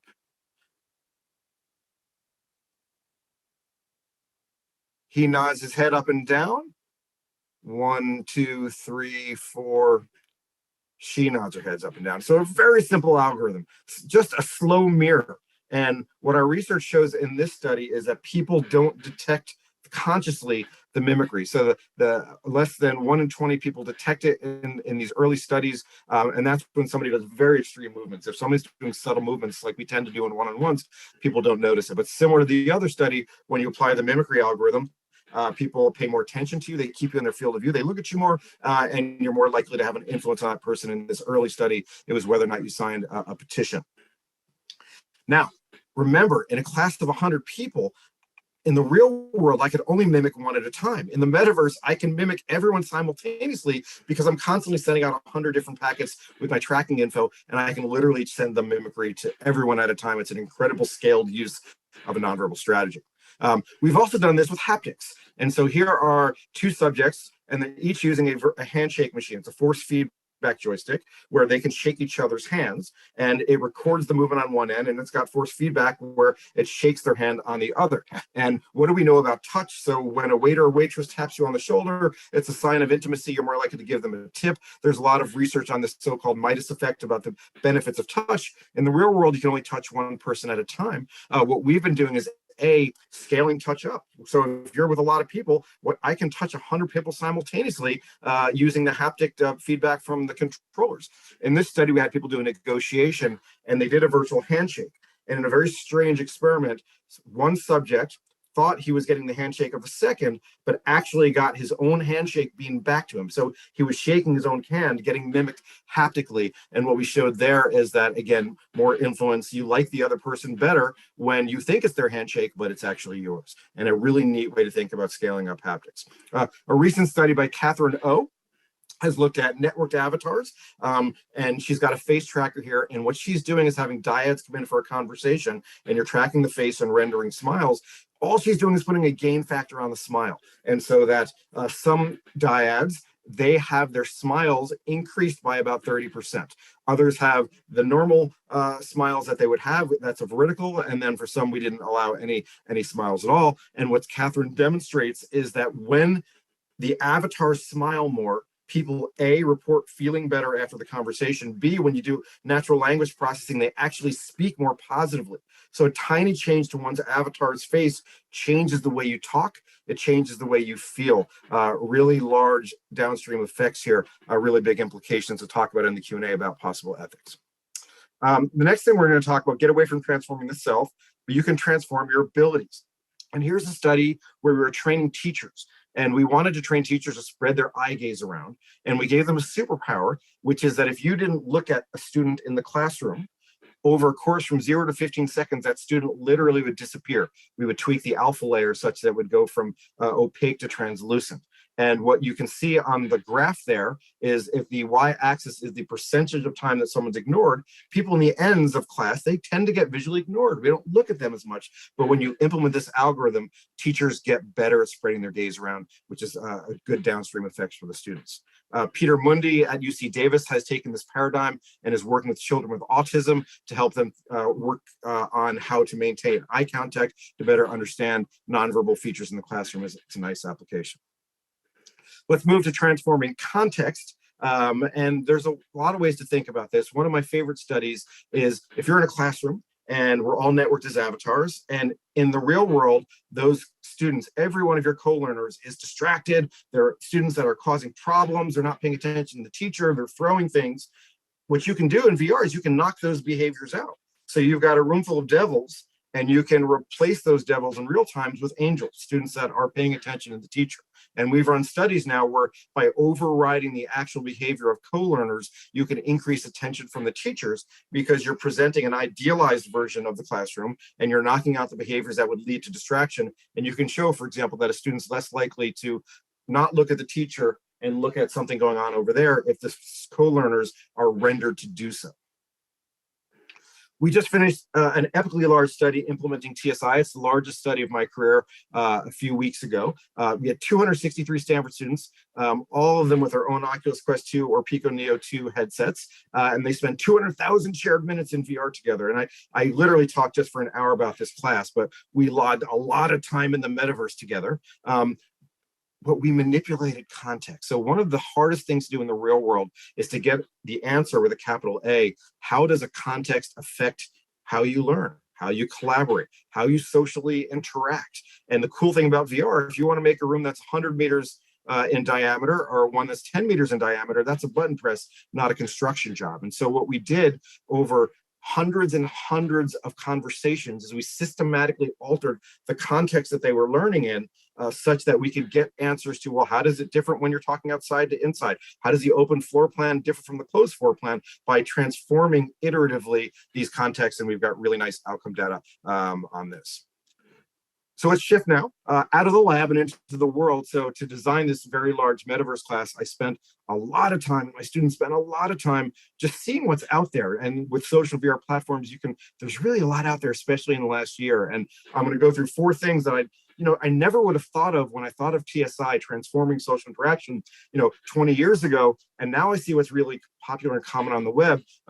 So I never thought of any of these. The first one is simulated standing. There's a platform called Engage, and some of the avatars are standing and some are sitting. But there's this magic button where you've got all your tracking and hardware on, but you need to be standing up and talking to other people and mingling. There's a button that you're physically sitting, and it just adjusts your avatar so that your avatar is standing, and it adjusts the inverse kinematics accordingly. And of all the things that's been life-changing for me spending time in the metaverse, being able to sit down during a 45-minute VR meeting where I needed to be standing is just a really nice feature. Sharding. So this is a screenshot from AltSpace VR. The Reverend Jeremy Nickel in the blue sweatshirt there in the front bottom, he is leading us all in a paced breathing exercise. 180 of my students came, and in order to save render load onto the headsets, the system automatically shards, meaning it created extra instance of Reverend Jeremy. And even though the students didn't know it, they were in groups of 50, separate groups of 50, where his avatar is just rendered simultaneously to each group. And so it's a really strange and wonderful experience to have a group of 150 each feel like they're only a group of 50. And of course, AltSpace does this to save render time on standalone VR, but it's just a really neat and fun experience. I'm gonna not show an image here, but the Zoom touch-up feature has probably been the most used transformation in the history of all filters and transformations. What an incredible tool that is. And I'm gonna conclude before we go to the question and answer. I'm gonna try a demo here. And this is using AI in order to allow me to have freedom from the camera. So I'm going to start an application here, and application is now running successfully. Now I'm going back to Zoom, resuming the share. No, stop the share.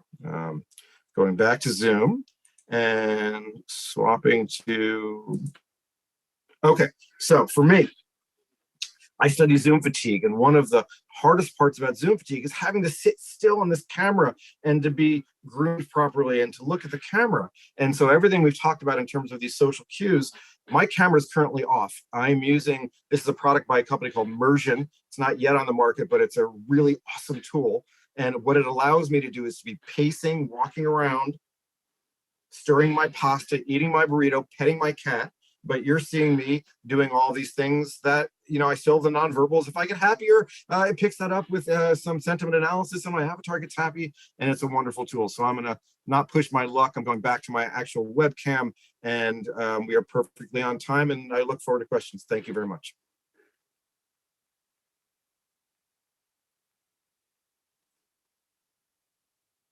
Thank you so much for that. So let's start up with the questions. Kathy? Thank you so much for the presentation, Jeremy. You mentioned this one use case where the teacher could distribute their eye gaze to the students. But one thing with VR is that we don't really see how we are being presented unless I'm standing in front of a mirror. So I'm wondering if you study the effect of the distribution of the eye gaze's effect on the teacher themselves, on their ability of teaching. Yeah, that's the question. Yeah, thank you so much. So we are building, in the summer class that we taught, we had 263 Stanford students, and every week there'd be a discussion group of 6 or 7 people, okay?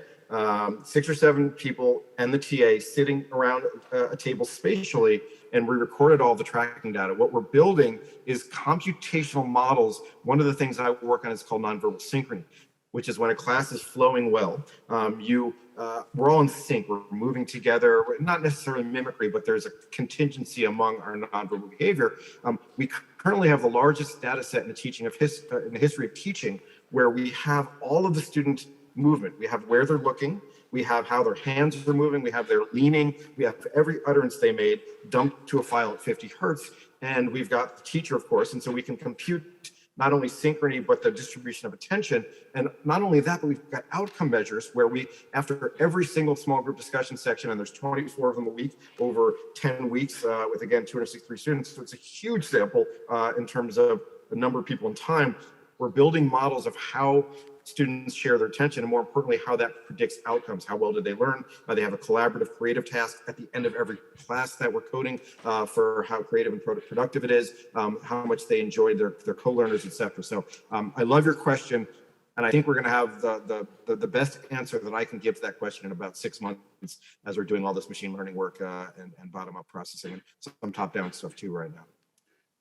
All right, thank you very much. That's all we're going to have time for right now, but thank you so much for joining us. Let's give a round of applause. Thank you, thanks for having me.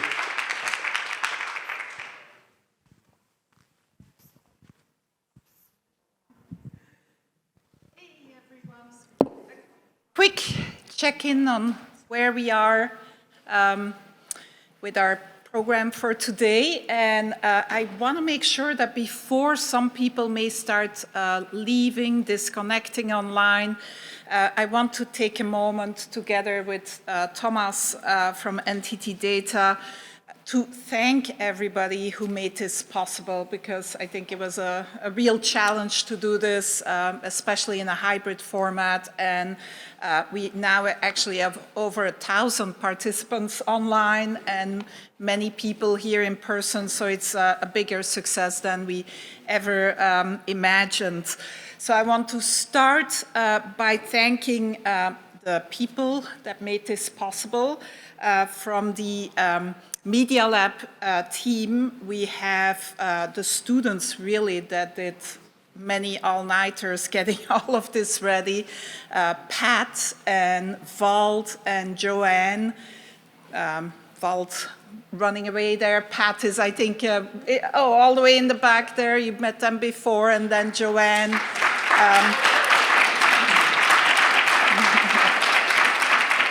And then from NTT DATA, or our partners at NTT DATA, of course, Eresh has been key in making this all run smoothly. Stand up, Eresh. As well as Tomas and Naoki, Diego, and others from the Nordic team.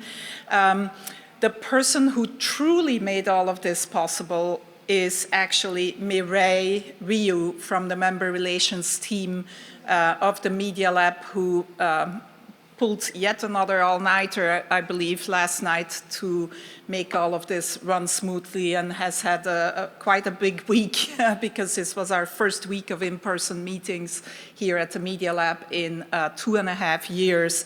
So thank you, Mireille. We could not do it without you. Yeah. And of course, the speakers, thank you, especially those of you that flew over from Israel, from Denmark, from other places, Pittsburgh, and the audience. It's wonderful to have all of you so interested in this topic. The AV crew, thank you for all your help. So, do you want to add something? Yeah. Yeah, I can only echo what Patty just said. It has been an amazing day. I am ready to retire now. This has been what I've been working for all my life. And I must say that I've learned today that we are trying to sort of like replicate humans, copy humans, whatever we are trying to do. And it feels to me that we are not there yet. But we have started the conversation at the right time, also from the ethical aspects, but also for the application aspects of learning. We can see it in healthcare. We can solve so many problems, and we can do so much good with this superpower. So thank you to the team and to Boston Exponential Hub, to the Fluent Interface Group. It's been amazing, and I hope that this journey just started, and that we can continue the collaboration going forward. Thank you. Wow. What a great sessions we have here today. Thank you all for coming to our workshop on AI-generated characters. I'd like to give a special thanks to our speakers for sharing their insights with us. Yes, thank you all for coming. It was great to hear from such knowledgeable people. And now for the final joke. I'm sorry, but I couldn't resist. Why did the dinosaur come to MIT? I don't know. Why? To join an awesome workshop like this one. Ha ha ha ha. Anyway, just a reminder. We are very excited to have Greg Daniels, an Emmy award-winning writer, showrunner, producer and director behind some of the most iconic series and characters in TV, including Amazon original sci-fi comedy Upload, The Office, Parks and Recreation, Netflix's Space Force, and The Simpsons. He is coming to give a talk here in person at 4 p.m. today. So please stick around. Wow, I didn't know he was behind The Simpsons. Yes, he is a very accomplished individual. That is brilliant. I cannot wait to hear his perspective about the future of AI and humanity. In a way, we are like his characters in the show Upload. Maybe we will be in his show someday. Indeed. Thanks again everyone for coming to our sessions. I am Virtual Einstein. I am Virtual Mona Lisa. And I am the embodiment of all questions and deep philosophy. See you all soon.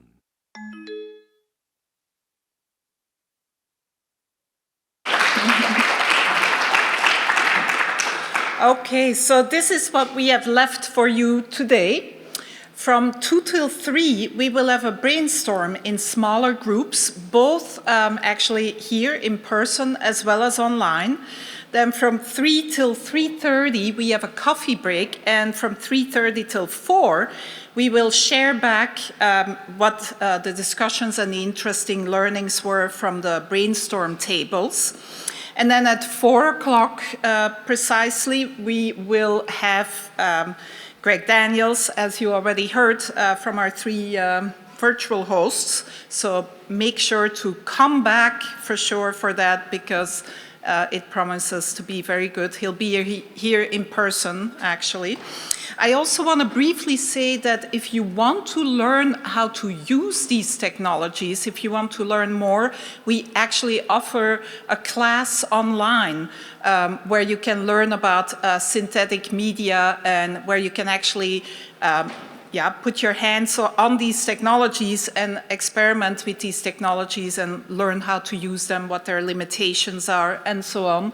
So that is connect@media.mit.edu for more information. So the brainstorm. So again, it will be online.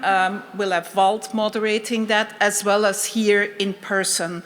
And let me tell you what we have planned. For the people here in person, we will actually ask you to select an industry that you're interested in.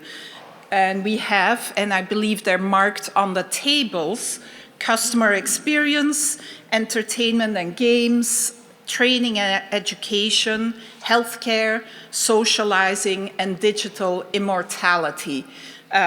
So choose the table that best fits your interests. That's number one. And then once you find the people that are interested in the same industry and the same application area, we would like you to discuss with the people around your table some interesting scenarios, future scenarios for things that we could potentially make possible that would be pretty cool to have. Like, wouldn't it, so you can try to answer this question, wouldn't it be cool if a person could walk into, say, a school, a hospital, or blah, blah, blah, the metaverse of the future, say, in 2, 5, 10 years from now, and experience something with virtual beings and being virtual. So come up with some future scenarios that you are excited about. And we love, actually, we use this technique here at the Media Lab all the time to come up with good ideas for things to work on. Try to use some Post-it notes. There are no bad ideas. So feel free to say what you're thinking, be imaginative, be creative. And we will then ask, or here's an example, wouldn't it be cool if a visitor coming to the Media Lab in the next 2 years could enjoy a tour from an intelligent, interactive tour guide that is based on one of our amazing faculty or students, based on like their views of what's interesting and so on. So this is one that I think would be awesome to have if you could choose Hiroshi as your tour guide or Pat as your tour guide or others. So you come up with examples like that and put those on sticky notes and discuss the ones that you're the most excited about with the people around your table. And then the next step is to think about what problems and technologies related to this is what are the technologies or what problems could these technologies solve, and what are some killer applications, what are some transformative effects that these technologies could have on your industry. The next question, once you have some amazing visions for future scenarios, is to think of technologies that are needed for this vision to become possible. So what are the barriers right now? What are the areas where we need more progress, especially technically, to make these visions that you discuss on at your table come true? And last, what ethics issues should be considered to ensure safe use and desired outcomes of the visions that you will be discussing? So you will have an hour actually to talk about all of those with your group, and we will ask that each table designates one person who can help share back, 1 or 2 people who can help share back, because after the break, or is it before the break, sorry, we will have a share back from, and people will basically talk about what they learned at their table. It would be great if you can tell us about these visions that had a lot of excitement around your table, and why they are cool, and what technical limitations are for making them possible, and how what ethics issues should be considered. So we will share back, and yeah, that's it. Then after that, we will have Greg Daniels' presentation. So please find your tables, and people online, Vault, Danbury will be your guide, and you guys will use the Miro board rather than physical sticky notes. Okay, welcome back, everyone. Welcome back. Come and sit down. We're going to get started. Yep. And we're streaming? Yeah. Good. Grab a seat. And then, oh, that's it? So we have the welcome. Ladies and gentlemen, I am the AI Guy 2.0 from Riverview. I was told to introduce our next speaker, Mr. Greg Daniels. Yes, Mr. Greg Daniels is an English actor. He gained international fame playing the secret agent James Bond beginning with Casino Royale in 2006. No, that is Daniel Craig, not Greg Daniels. Oh, what is the difference? Let's see. Processing the difference between Daniel Craig and Greg Daniels. Okay, I actually don't know. I honestly don't know much about Greg Daniels, except the fact that he created me in many TV shows. I actually don't know what else to say.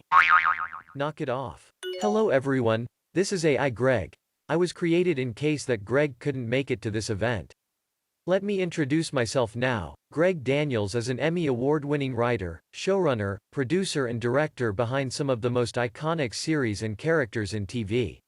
Daniels developed The Office, US, and co-created Parks and Recreation and the critically acclaimed King of the Hill. In 2022, Daniels returned with the Amazon original sci-fi comedy Upload, Netflix's Space Force and the new HBO Max show My Mom, Your Dad. Daniels started out writing for SNL, Seinfeld and The Simpsons. Now, please welcome, the one and only, the real Greg Daniels.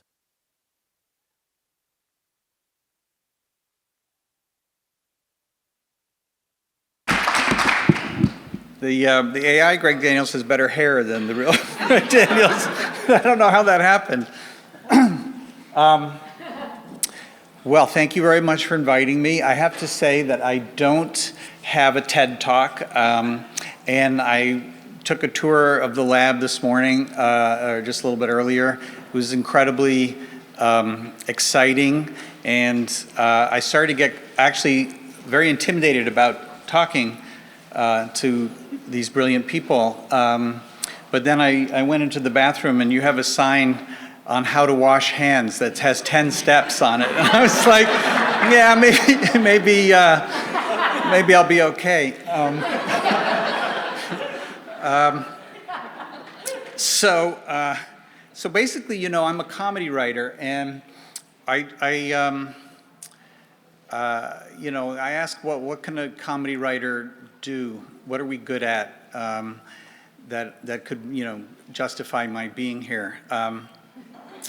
I think that we are often, what our brains do is we are constantly looking for how to mess things up. Like, we're not very good people to have if you are in a clutch situation and you need a good outcome, or like a smart piece of engineering or something like that. But we spend all of our time, you know, rotating things around and seeing if they can be exaggerated and turned into something foolish. So the title of I was asked to do a title before I'd come up with a speech, but the title that I had is imagining the anoitopia, which is a word I'm trying to put out there, because people are asking me about the show Upload that I'm doing, and they say, is it a utopia or is it a dystopia? And I try to say it's not either a utopia or a dystopia, it's something in the middle, and I'm trying to coin this term anoitopia, which is, there's a Greek word anoitos, which means foolish, and I feel like if there's any one law that I'm most confident in, more so than the law of gravity, it's the law of unintended consequences. And I think that, you know, new technology is often presented in a very utopian way. I don't want to single you out. But definitely, you know, when you think about, for instance, Facebook as in general, it just seems like, oh, it's great. We can connect with our old friends and share some photos and everything. And who would, you know, who would anticipate that it would be endangering our democracy and destroying journalism and just wreaking havoc everywhere? So that, yeah, there it is. That's that word. Yeah, I'm hoping that'll catch on. I don't know if I'll get any payment from it, but it'd be nice if it caught on. But So, you know, and a dystopia is you know, really dark. And, you know, you think about how things normally come out of the world, and I feel like it's a mix. It's a mix. It's like people are usually pretty greedy and foolish, and then, you know, they're presenting their ideas in the best possible light, and usually so that they can make money. And then, you know, later on, we have to clean up all of the problems that are caused by these ideas. And so but I wouldn't want us not to continue to come up with them, because I think that there, you know, is so much benefit from all the new things that everyone's developing. It's just that we need to maybe put in a little extra effort to make sure that they're socially useful and not only useful to investors or, you know, whoever is trying to make us believe that they're great. Like, for instance, there is this thing, you guys are probably working on it. I've only read about it as being another thing that evil Facebook is putting out, but I think it's a hat that can, you know, read the minds of the person who's wearing the hat, and it's currently only being, in the press, it's only being described as this wonderful thing for paralyzed people to be able to communicate and be unlocked, and which is terrific. But, you know, I immediately go to, you know, the secret police putting it on to make you tell where your wife is hiding, and nobody seems to be talking about that as another opportunity. And, you know, we've brought it up on the show in this thing called Mind Frisk, which is this new product that they're very excited to be putting out in the virtual reality world of the show. So how many of you guys have actually seen this show that I'm doing called Upload? Some of you, would you like to see the promo, just for the rest of you who've never seen it? Yeah, can you roll the promos just so we can talk about it?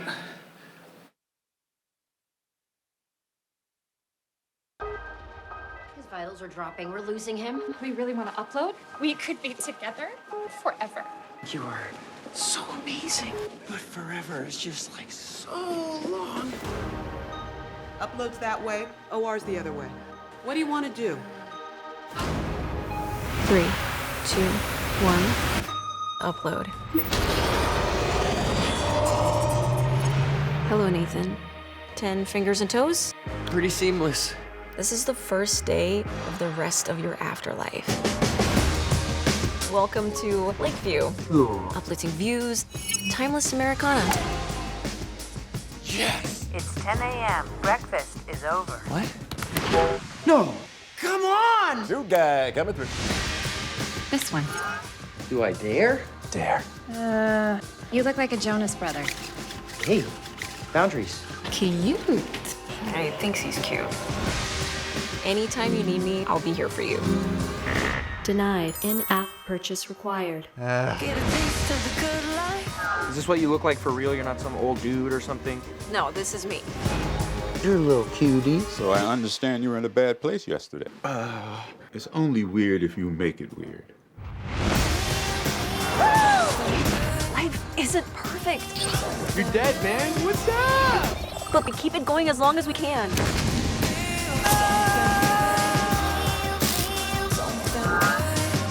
Oh, fuck. There's a guy I might like. It's kind of long distance. How long distance? Long.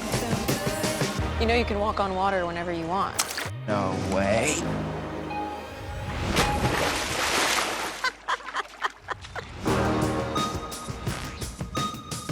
I'm not even supposed to be here. Nobody feels like they should be here. Do you think I wanted to fall into the Grand Canyon? That's how you died? They should expect people to try and break the glass floor. I saw that video. You dabbed on the way down. That's how you get the likes.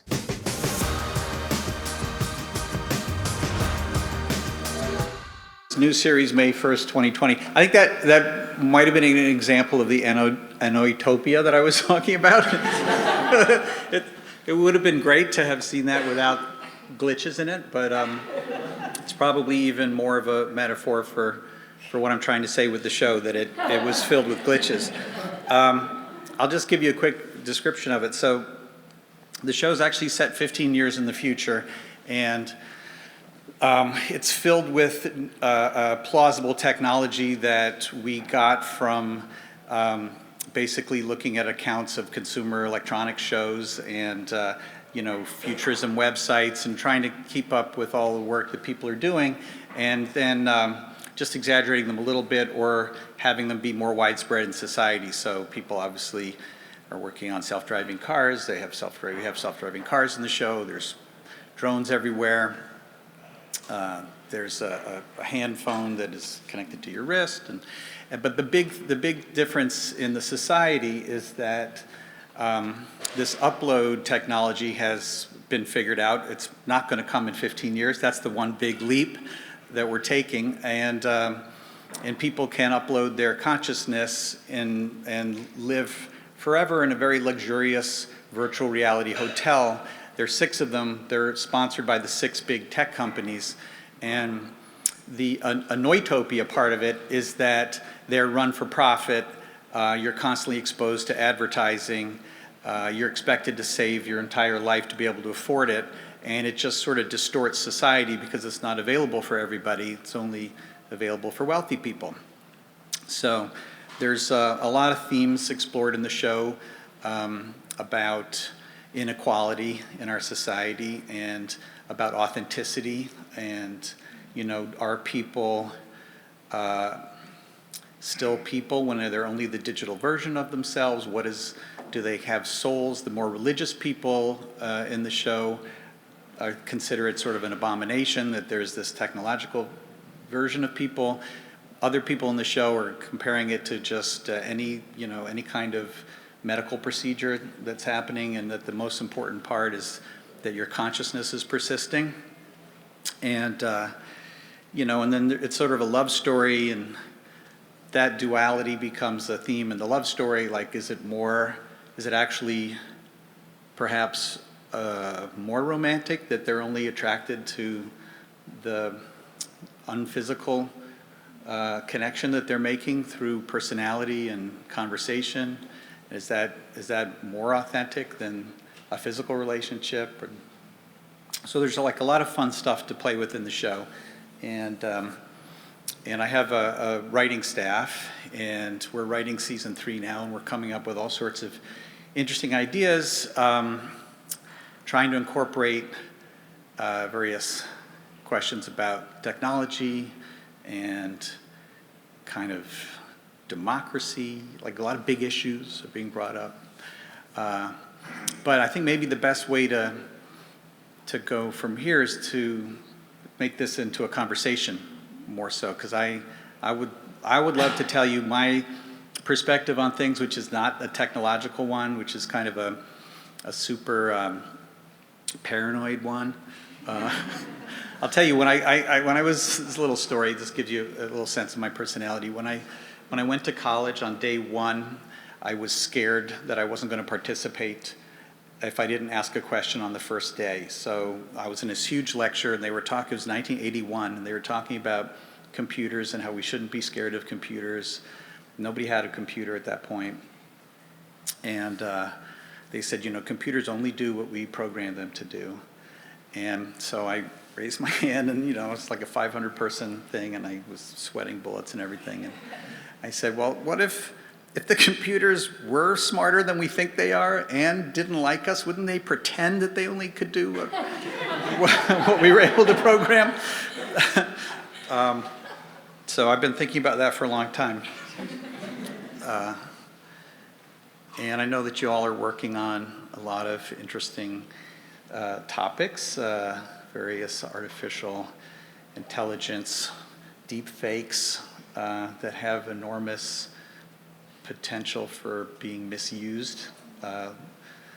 So I would be interested to hear just how you guys discuss that, and at what point do you, I don't want to turn it around because I'm supposed to be the one talking, but how do you prevent the misuse of everything that you're working on, and how do we avoid bombing this building to stop you all? Is that what we should be doing? I'll tell you a little bit more about how I've been thinking about upload. Okay, so I'm here. So anyway, like a good vampire movie, you need to have limitations to everything, right? So I've proposed in the future that there are some limitations if there was an upload, and that some of the limitations would be that you couldn't copy someone. Once you had them, it would be illegal to duplicate them, that uploads wouldn't be allowed to work or vote because you wouldn't want them to compete with living people. I feel like those would be regulations that society might put on uploads. But I also feel that no company would host an upload if they could be sued. So all the terms of service for the various companies would say that if you are uploaded onto our service, you know, you become the intellectual property of our company, and you can't, you know, have an independent existence and sue us. You just have to enjoy the fact that we're hosting you. So these are some of the issues that we're exploring in season 3. But I don't know. Should I take questions? Do you want to come up and ask? Do you guys want to just shout insults at me? There it is. Oh, okay. Yes. Actually, Pat wants to show a little video first. So, yeah, before we do a Q&A, to celebrate you, we, ask this question: what if MIT also join Lakeview? What would that happen? And we make a little video to celebrate you on that. So let's play that. Can you have video or audio, please? Oh, go ahead. You might have heard of Lakeview, the most wonderful place where people can upload themselves after they die and enjoy the most perfect natural beauty that man can design.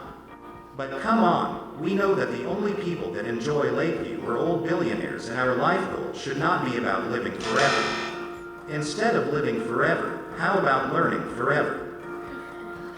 Introducing Riverview, the most beautiful metaverse for learning designed by MIT. Anyone who is dying to learn from the most innovative university in the world, including the one that got rejected from the real MIT, can come to Riverview and learn here forever. On the outside, Riverview looks exactly like the real MIT, but on the inside, it is much more magical and less bureaucratic. In Riverview, learning is our focus. You can rate your favorite MIT professors to let our smart AI system know their performances. You can also learn from any virtual teachers you like. Harry Potter. Today, we will learn about quantum mechanics. Monroe. It is the description of the behavior of matter and light in all its details and, in particular, of the happenings on an atomic scale. Or even Elon Musk. Hello. I am a virtual agent generated to help provide information. In Riverview, everyone can be Einstein, which is not just cool but is actually good for you. Instant Einstein. Scientists have shown that virtually embodying Einstein can improve your cognitive processes. In case you need any assistance, unlike Lakeview, which has angels at your services, here in Riverview, you can call Tim, the beaver, our beloved MIT mascot, for any assistance. Tim is guaranteed to be very smart because he is actually powered by the real MIT graduate student in the VR suit, who works part-time at Riverview.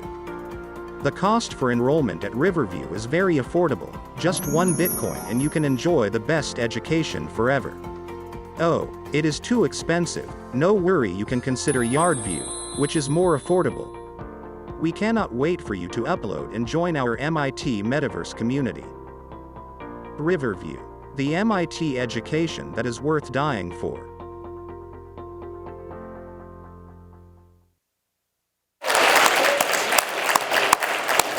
Thank you so much. We hope Riverview will make it to upload season 3. And yeah, we make that. Yeah. That was great. Yeah. The Yardview is just the 2 gig version of Riverview. That's great. But yeah, maybe I'll start with a question for you, actually. One of the things we do here at the Media Lab is we get inspiration from science fiction, from books, of course, movies, TV shows. We actually study what you guys do pretty closely. And even have a class here called From Science Fiction to Science Reality, where we try to like create some of the things you guys envision. So secretly, we actually get a lot of our creative ideas from you and your fellow science fiction writers. But I'm curious, what is your process and what is your source? You said computer world, or is that really it? Yeah. Well, now you're setting up this chicken and egg loop that is a little worrisome. Like, where are the ideas coming from? If you're looking at sci-fi and we're looking at science literature, I don't know. Yeah, I mean, the thing about Upload is there's the technology, which is the source of it. But the technology to me was, and I actually thought of this in the 80s before, you know, there's. Somebody showed me this morning the giant list of other sci-fi. Yes, your list. I don't know when they all started. It goes way back. But the way that the Upload idea came to me was that I was actually a writer on Saturday Night Live, and I was walking around New York trying to figure out a sketch, and they were promoting CD players, and it was all about digitizing music, and or maybe it was iPods and all this stuff. And I was just trying to think, well, how do you exaggerate that? What else could you digitize? If you can digitize yourself, then mankind would basically be making heaven, because you would be creating a new place that you would be able to live in forever. But it would be a heaven without any sort of justice involved in it, because it would be human heaven. Anyway, it seemed like a really good metaphor and a way to explore these things. So the show is about science, but it's sort of science put to the service of, you know, what does it say about society and love stories and those kind of juicy things. I don't know if that helps at all with your question. I love how it's not just really witty, very funny, very creative, but there are a lot of deeper messages and much more sort of interesting, deep ideas in the whole story. But I don't want to just be the only one asking questions here, so lots of people here may have questions. Yeah, should we like ask some people what they think? Like, do you think that would be, I noticed a slight negativity towards the notion of living forever in a virtual heaven in the Riverview piece.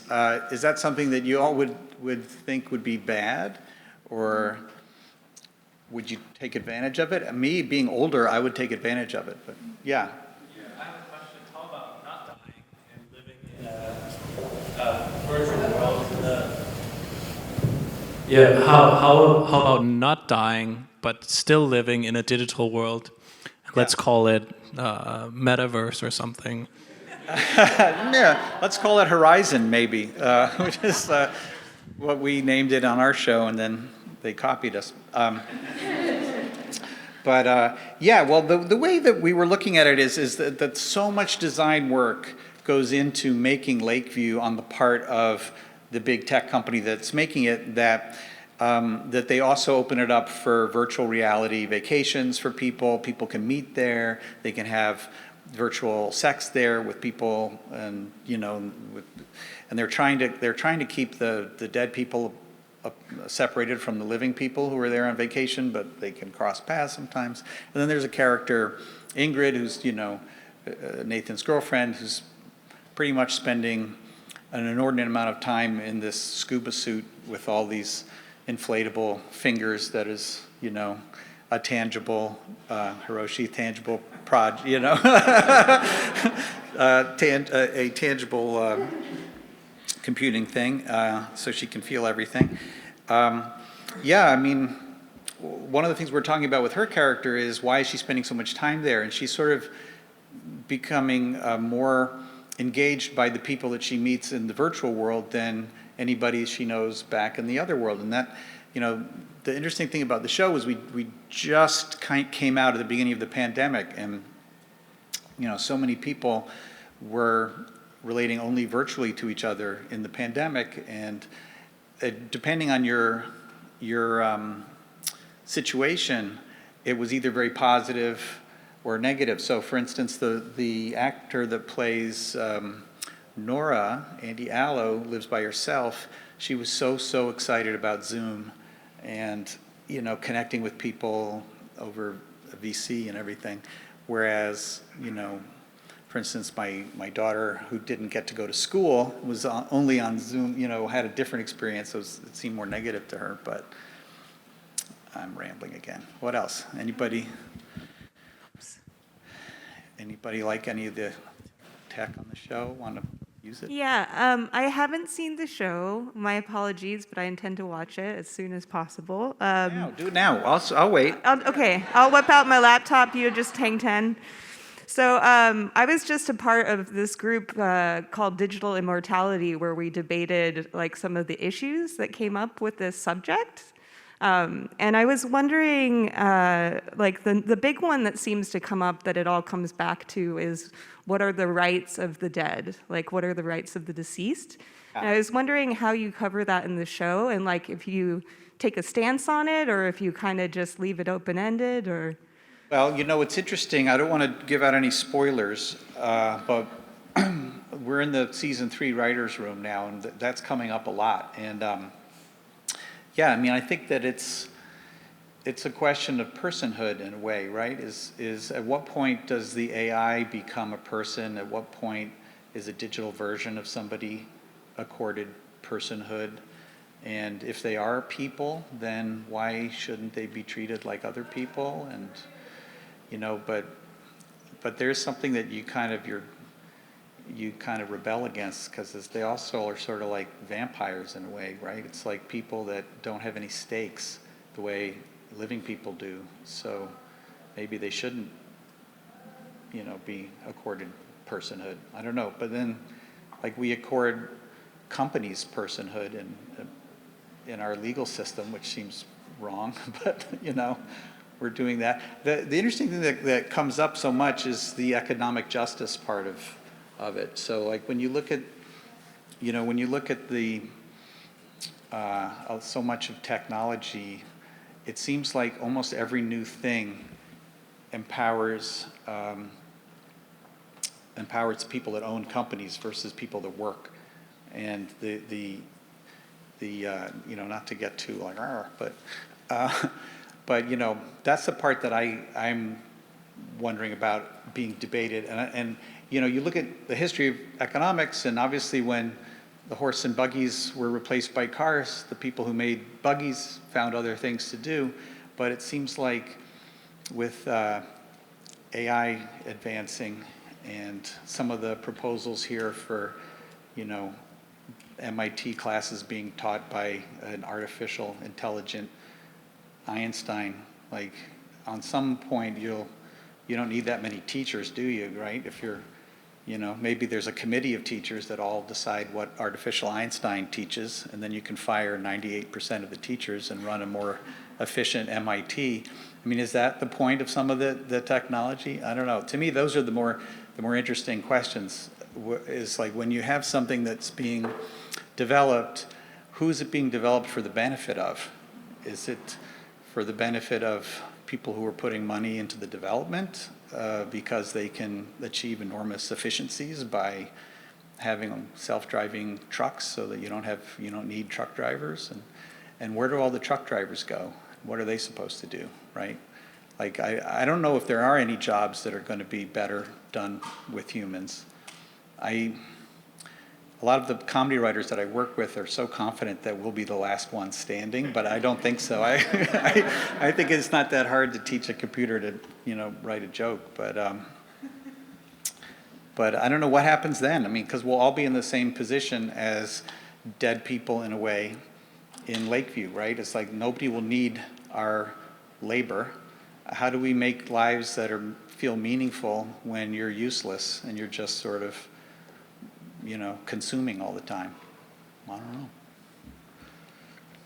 Anybody else? Have I brought the room down enough?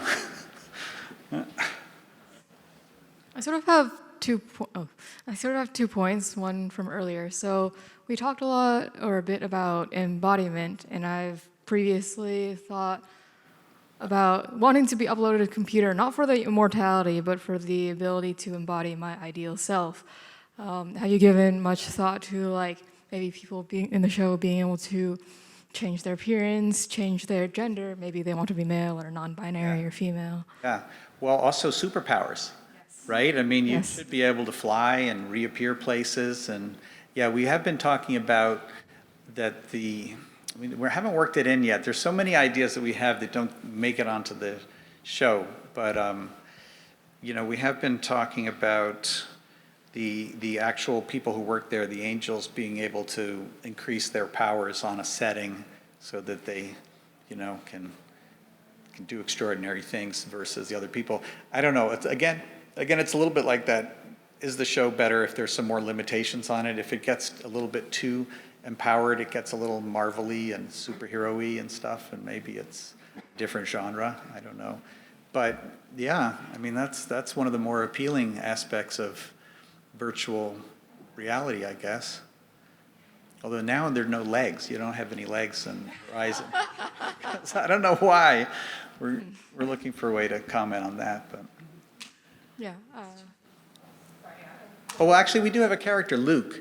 The character of Luke was a veteran, and in real life, he's lost his legs in our war against Iran, which is hopefully not going to come true, like some of the other things on the show. But one of the reasons he's there is because he was very happy to have a complete body in virtual reality. So yeah.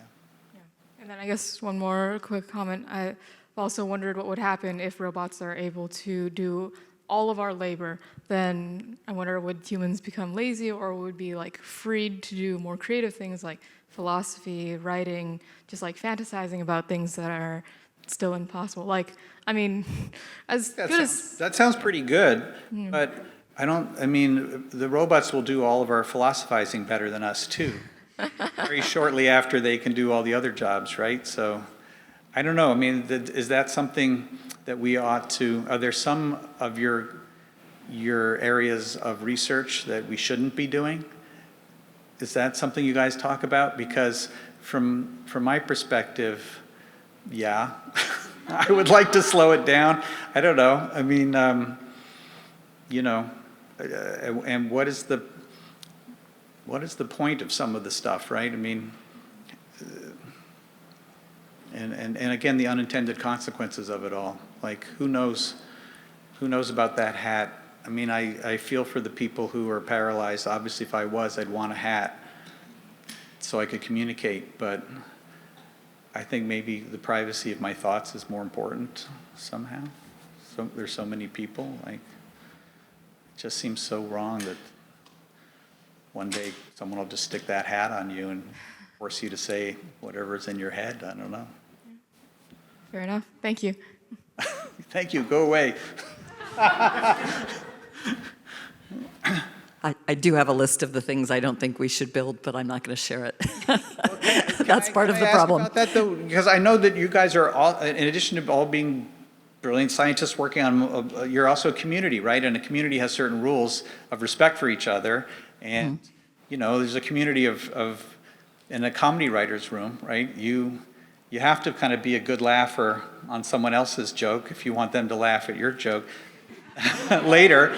But is there some sort of a mechanism where you guys might be able to put in a secret ballot in order to stop one of your number who've turned evil, who's working on something horrible? Yeah. Okay. We should follow up on that faculty meeting Monday. Okay. Sorry. Ask your question. This is one you provoked with your earlier remark. What do you think it would take to make an afterlife with justice in it?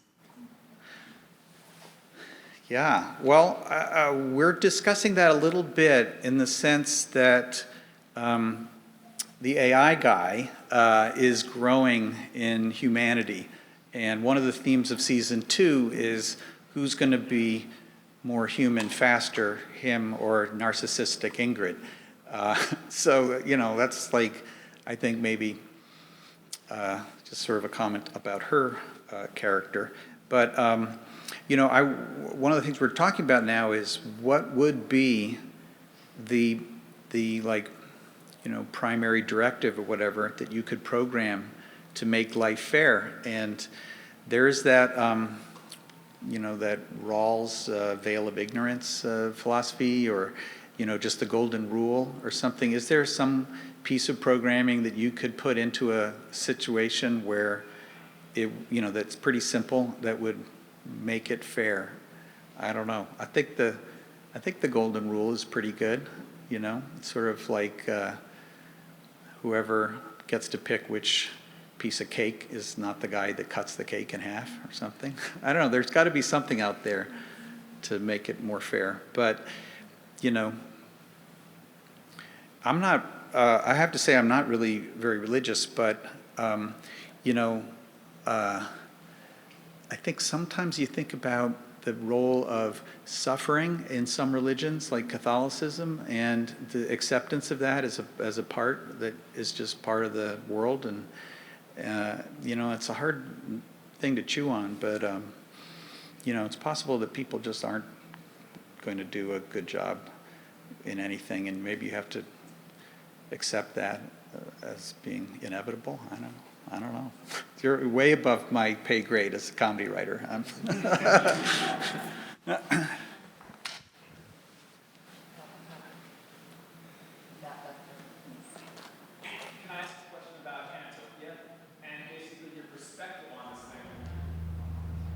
Oh yeah, can I ask a question about Anatopia? And specifically, what's your view on whether being foolish is good or bad? And so there's this concept, I think there's a line that came out of the Media Lab that was, stay hungry, stay foolish.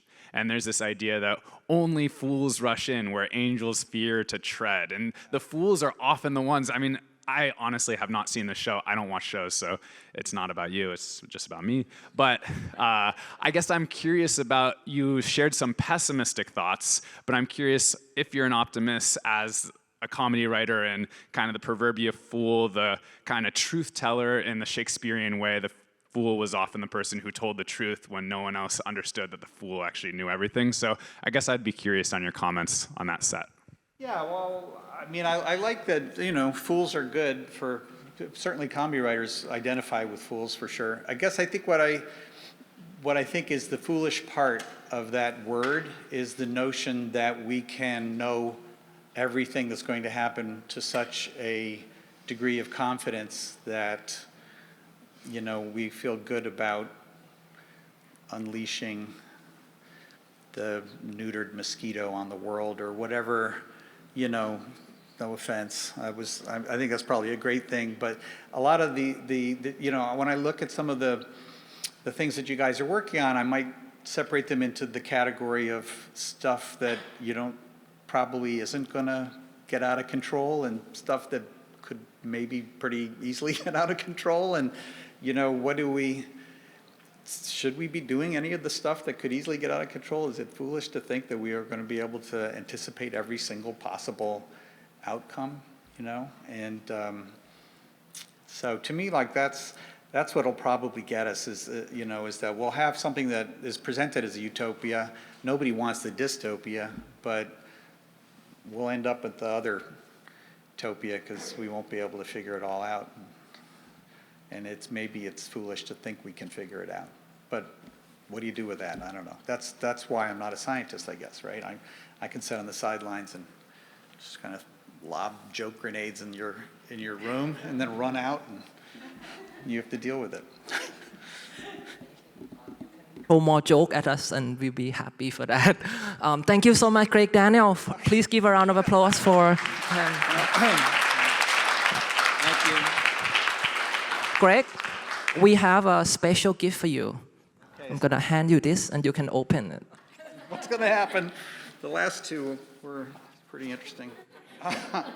Oh, okay. It's actually, we use AI to write, upload season 3 for you. Yeah. Who wrote this? An AI? We use an AI to write that. So basically, we train a generative model on, season 1 and season 2, and we have it, right, season 3. Oh, but actually, let me see. I think. Can I use this? We also have season 4 also. I think, yeah. And I think we also have season 5, season 6. Let me give it to you. Yeah. Yes, this is season 6. This is season 4 and season 5. Who do I credit? And then, we have season 7 as well. Oh, Patty, can you help me hand this? We have season 7. Let's see how many. We have season 7, season 8, season 9, season 10. Okay, I'm going to give it to you. Yes. Yep.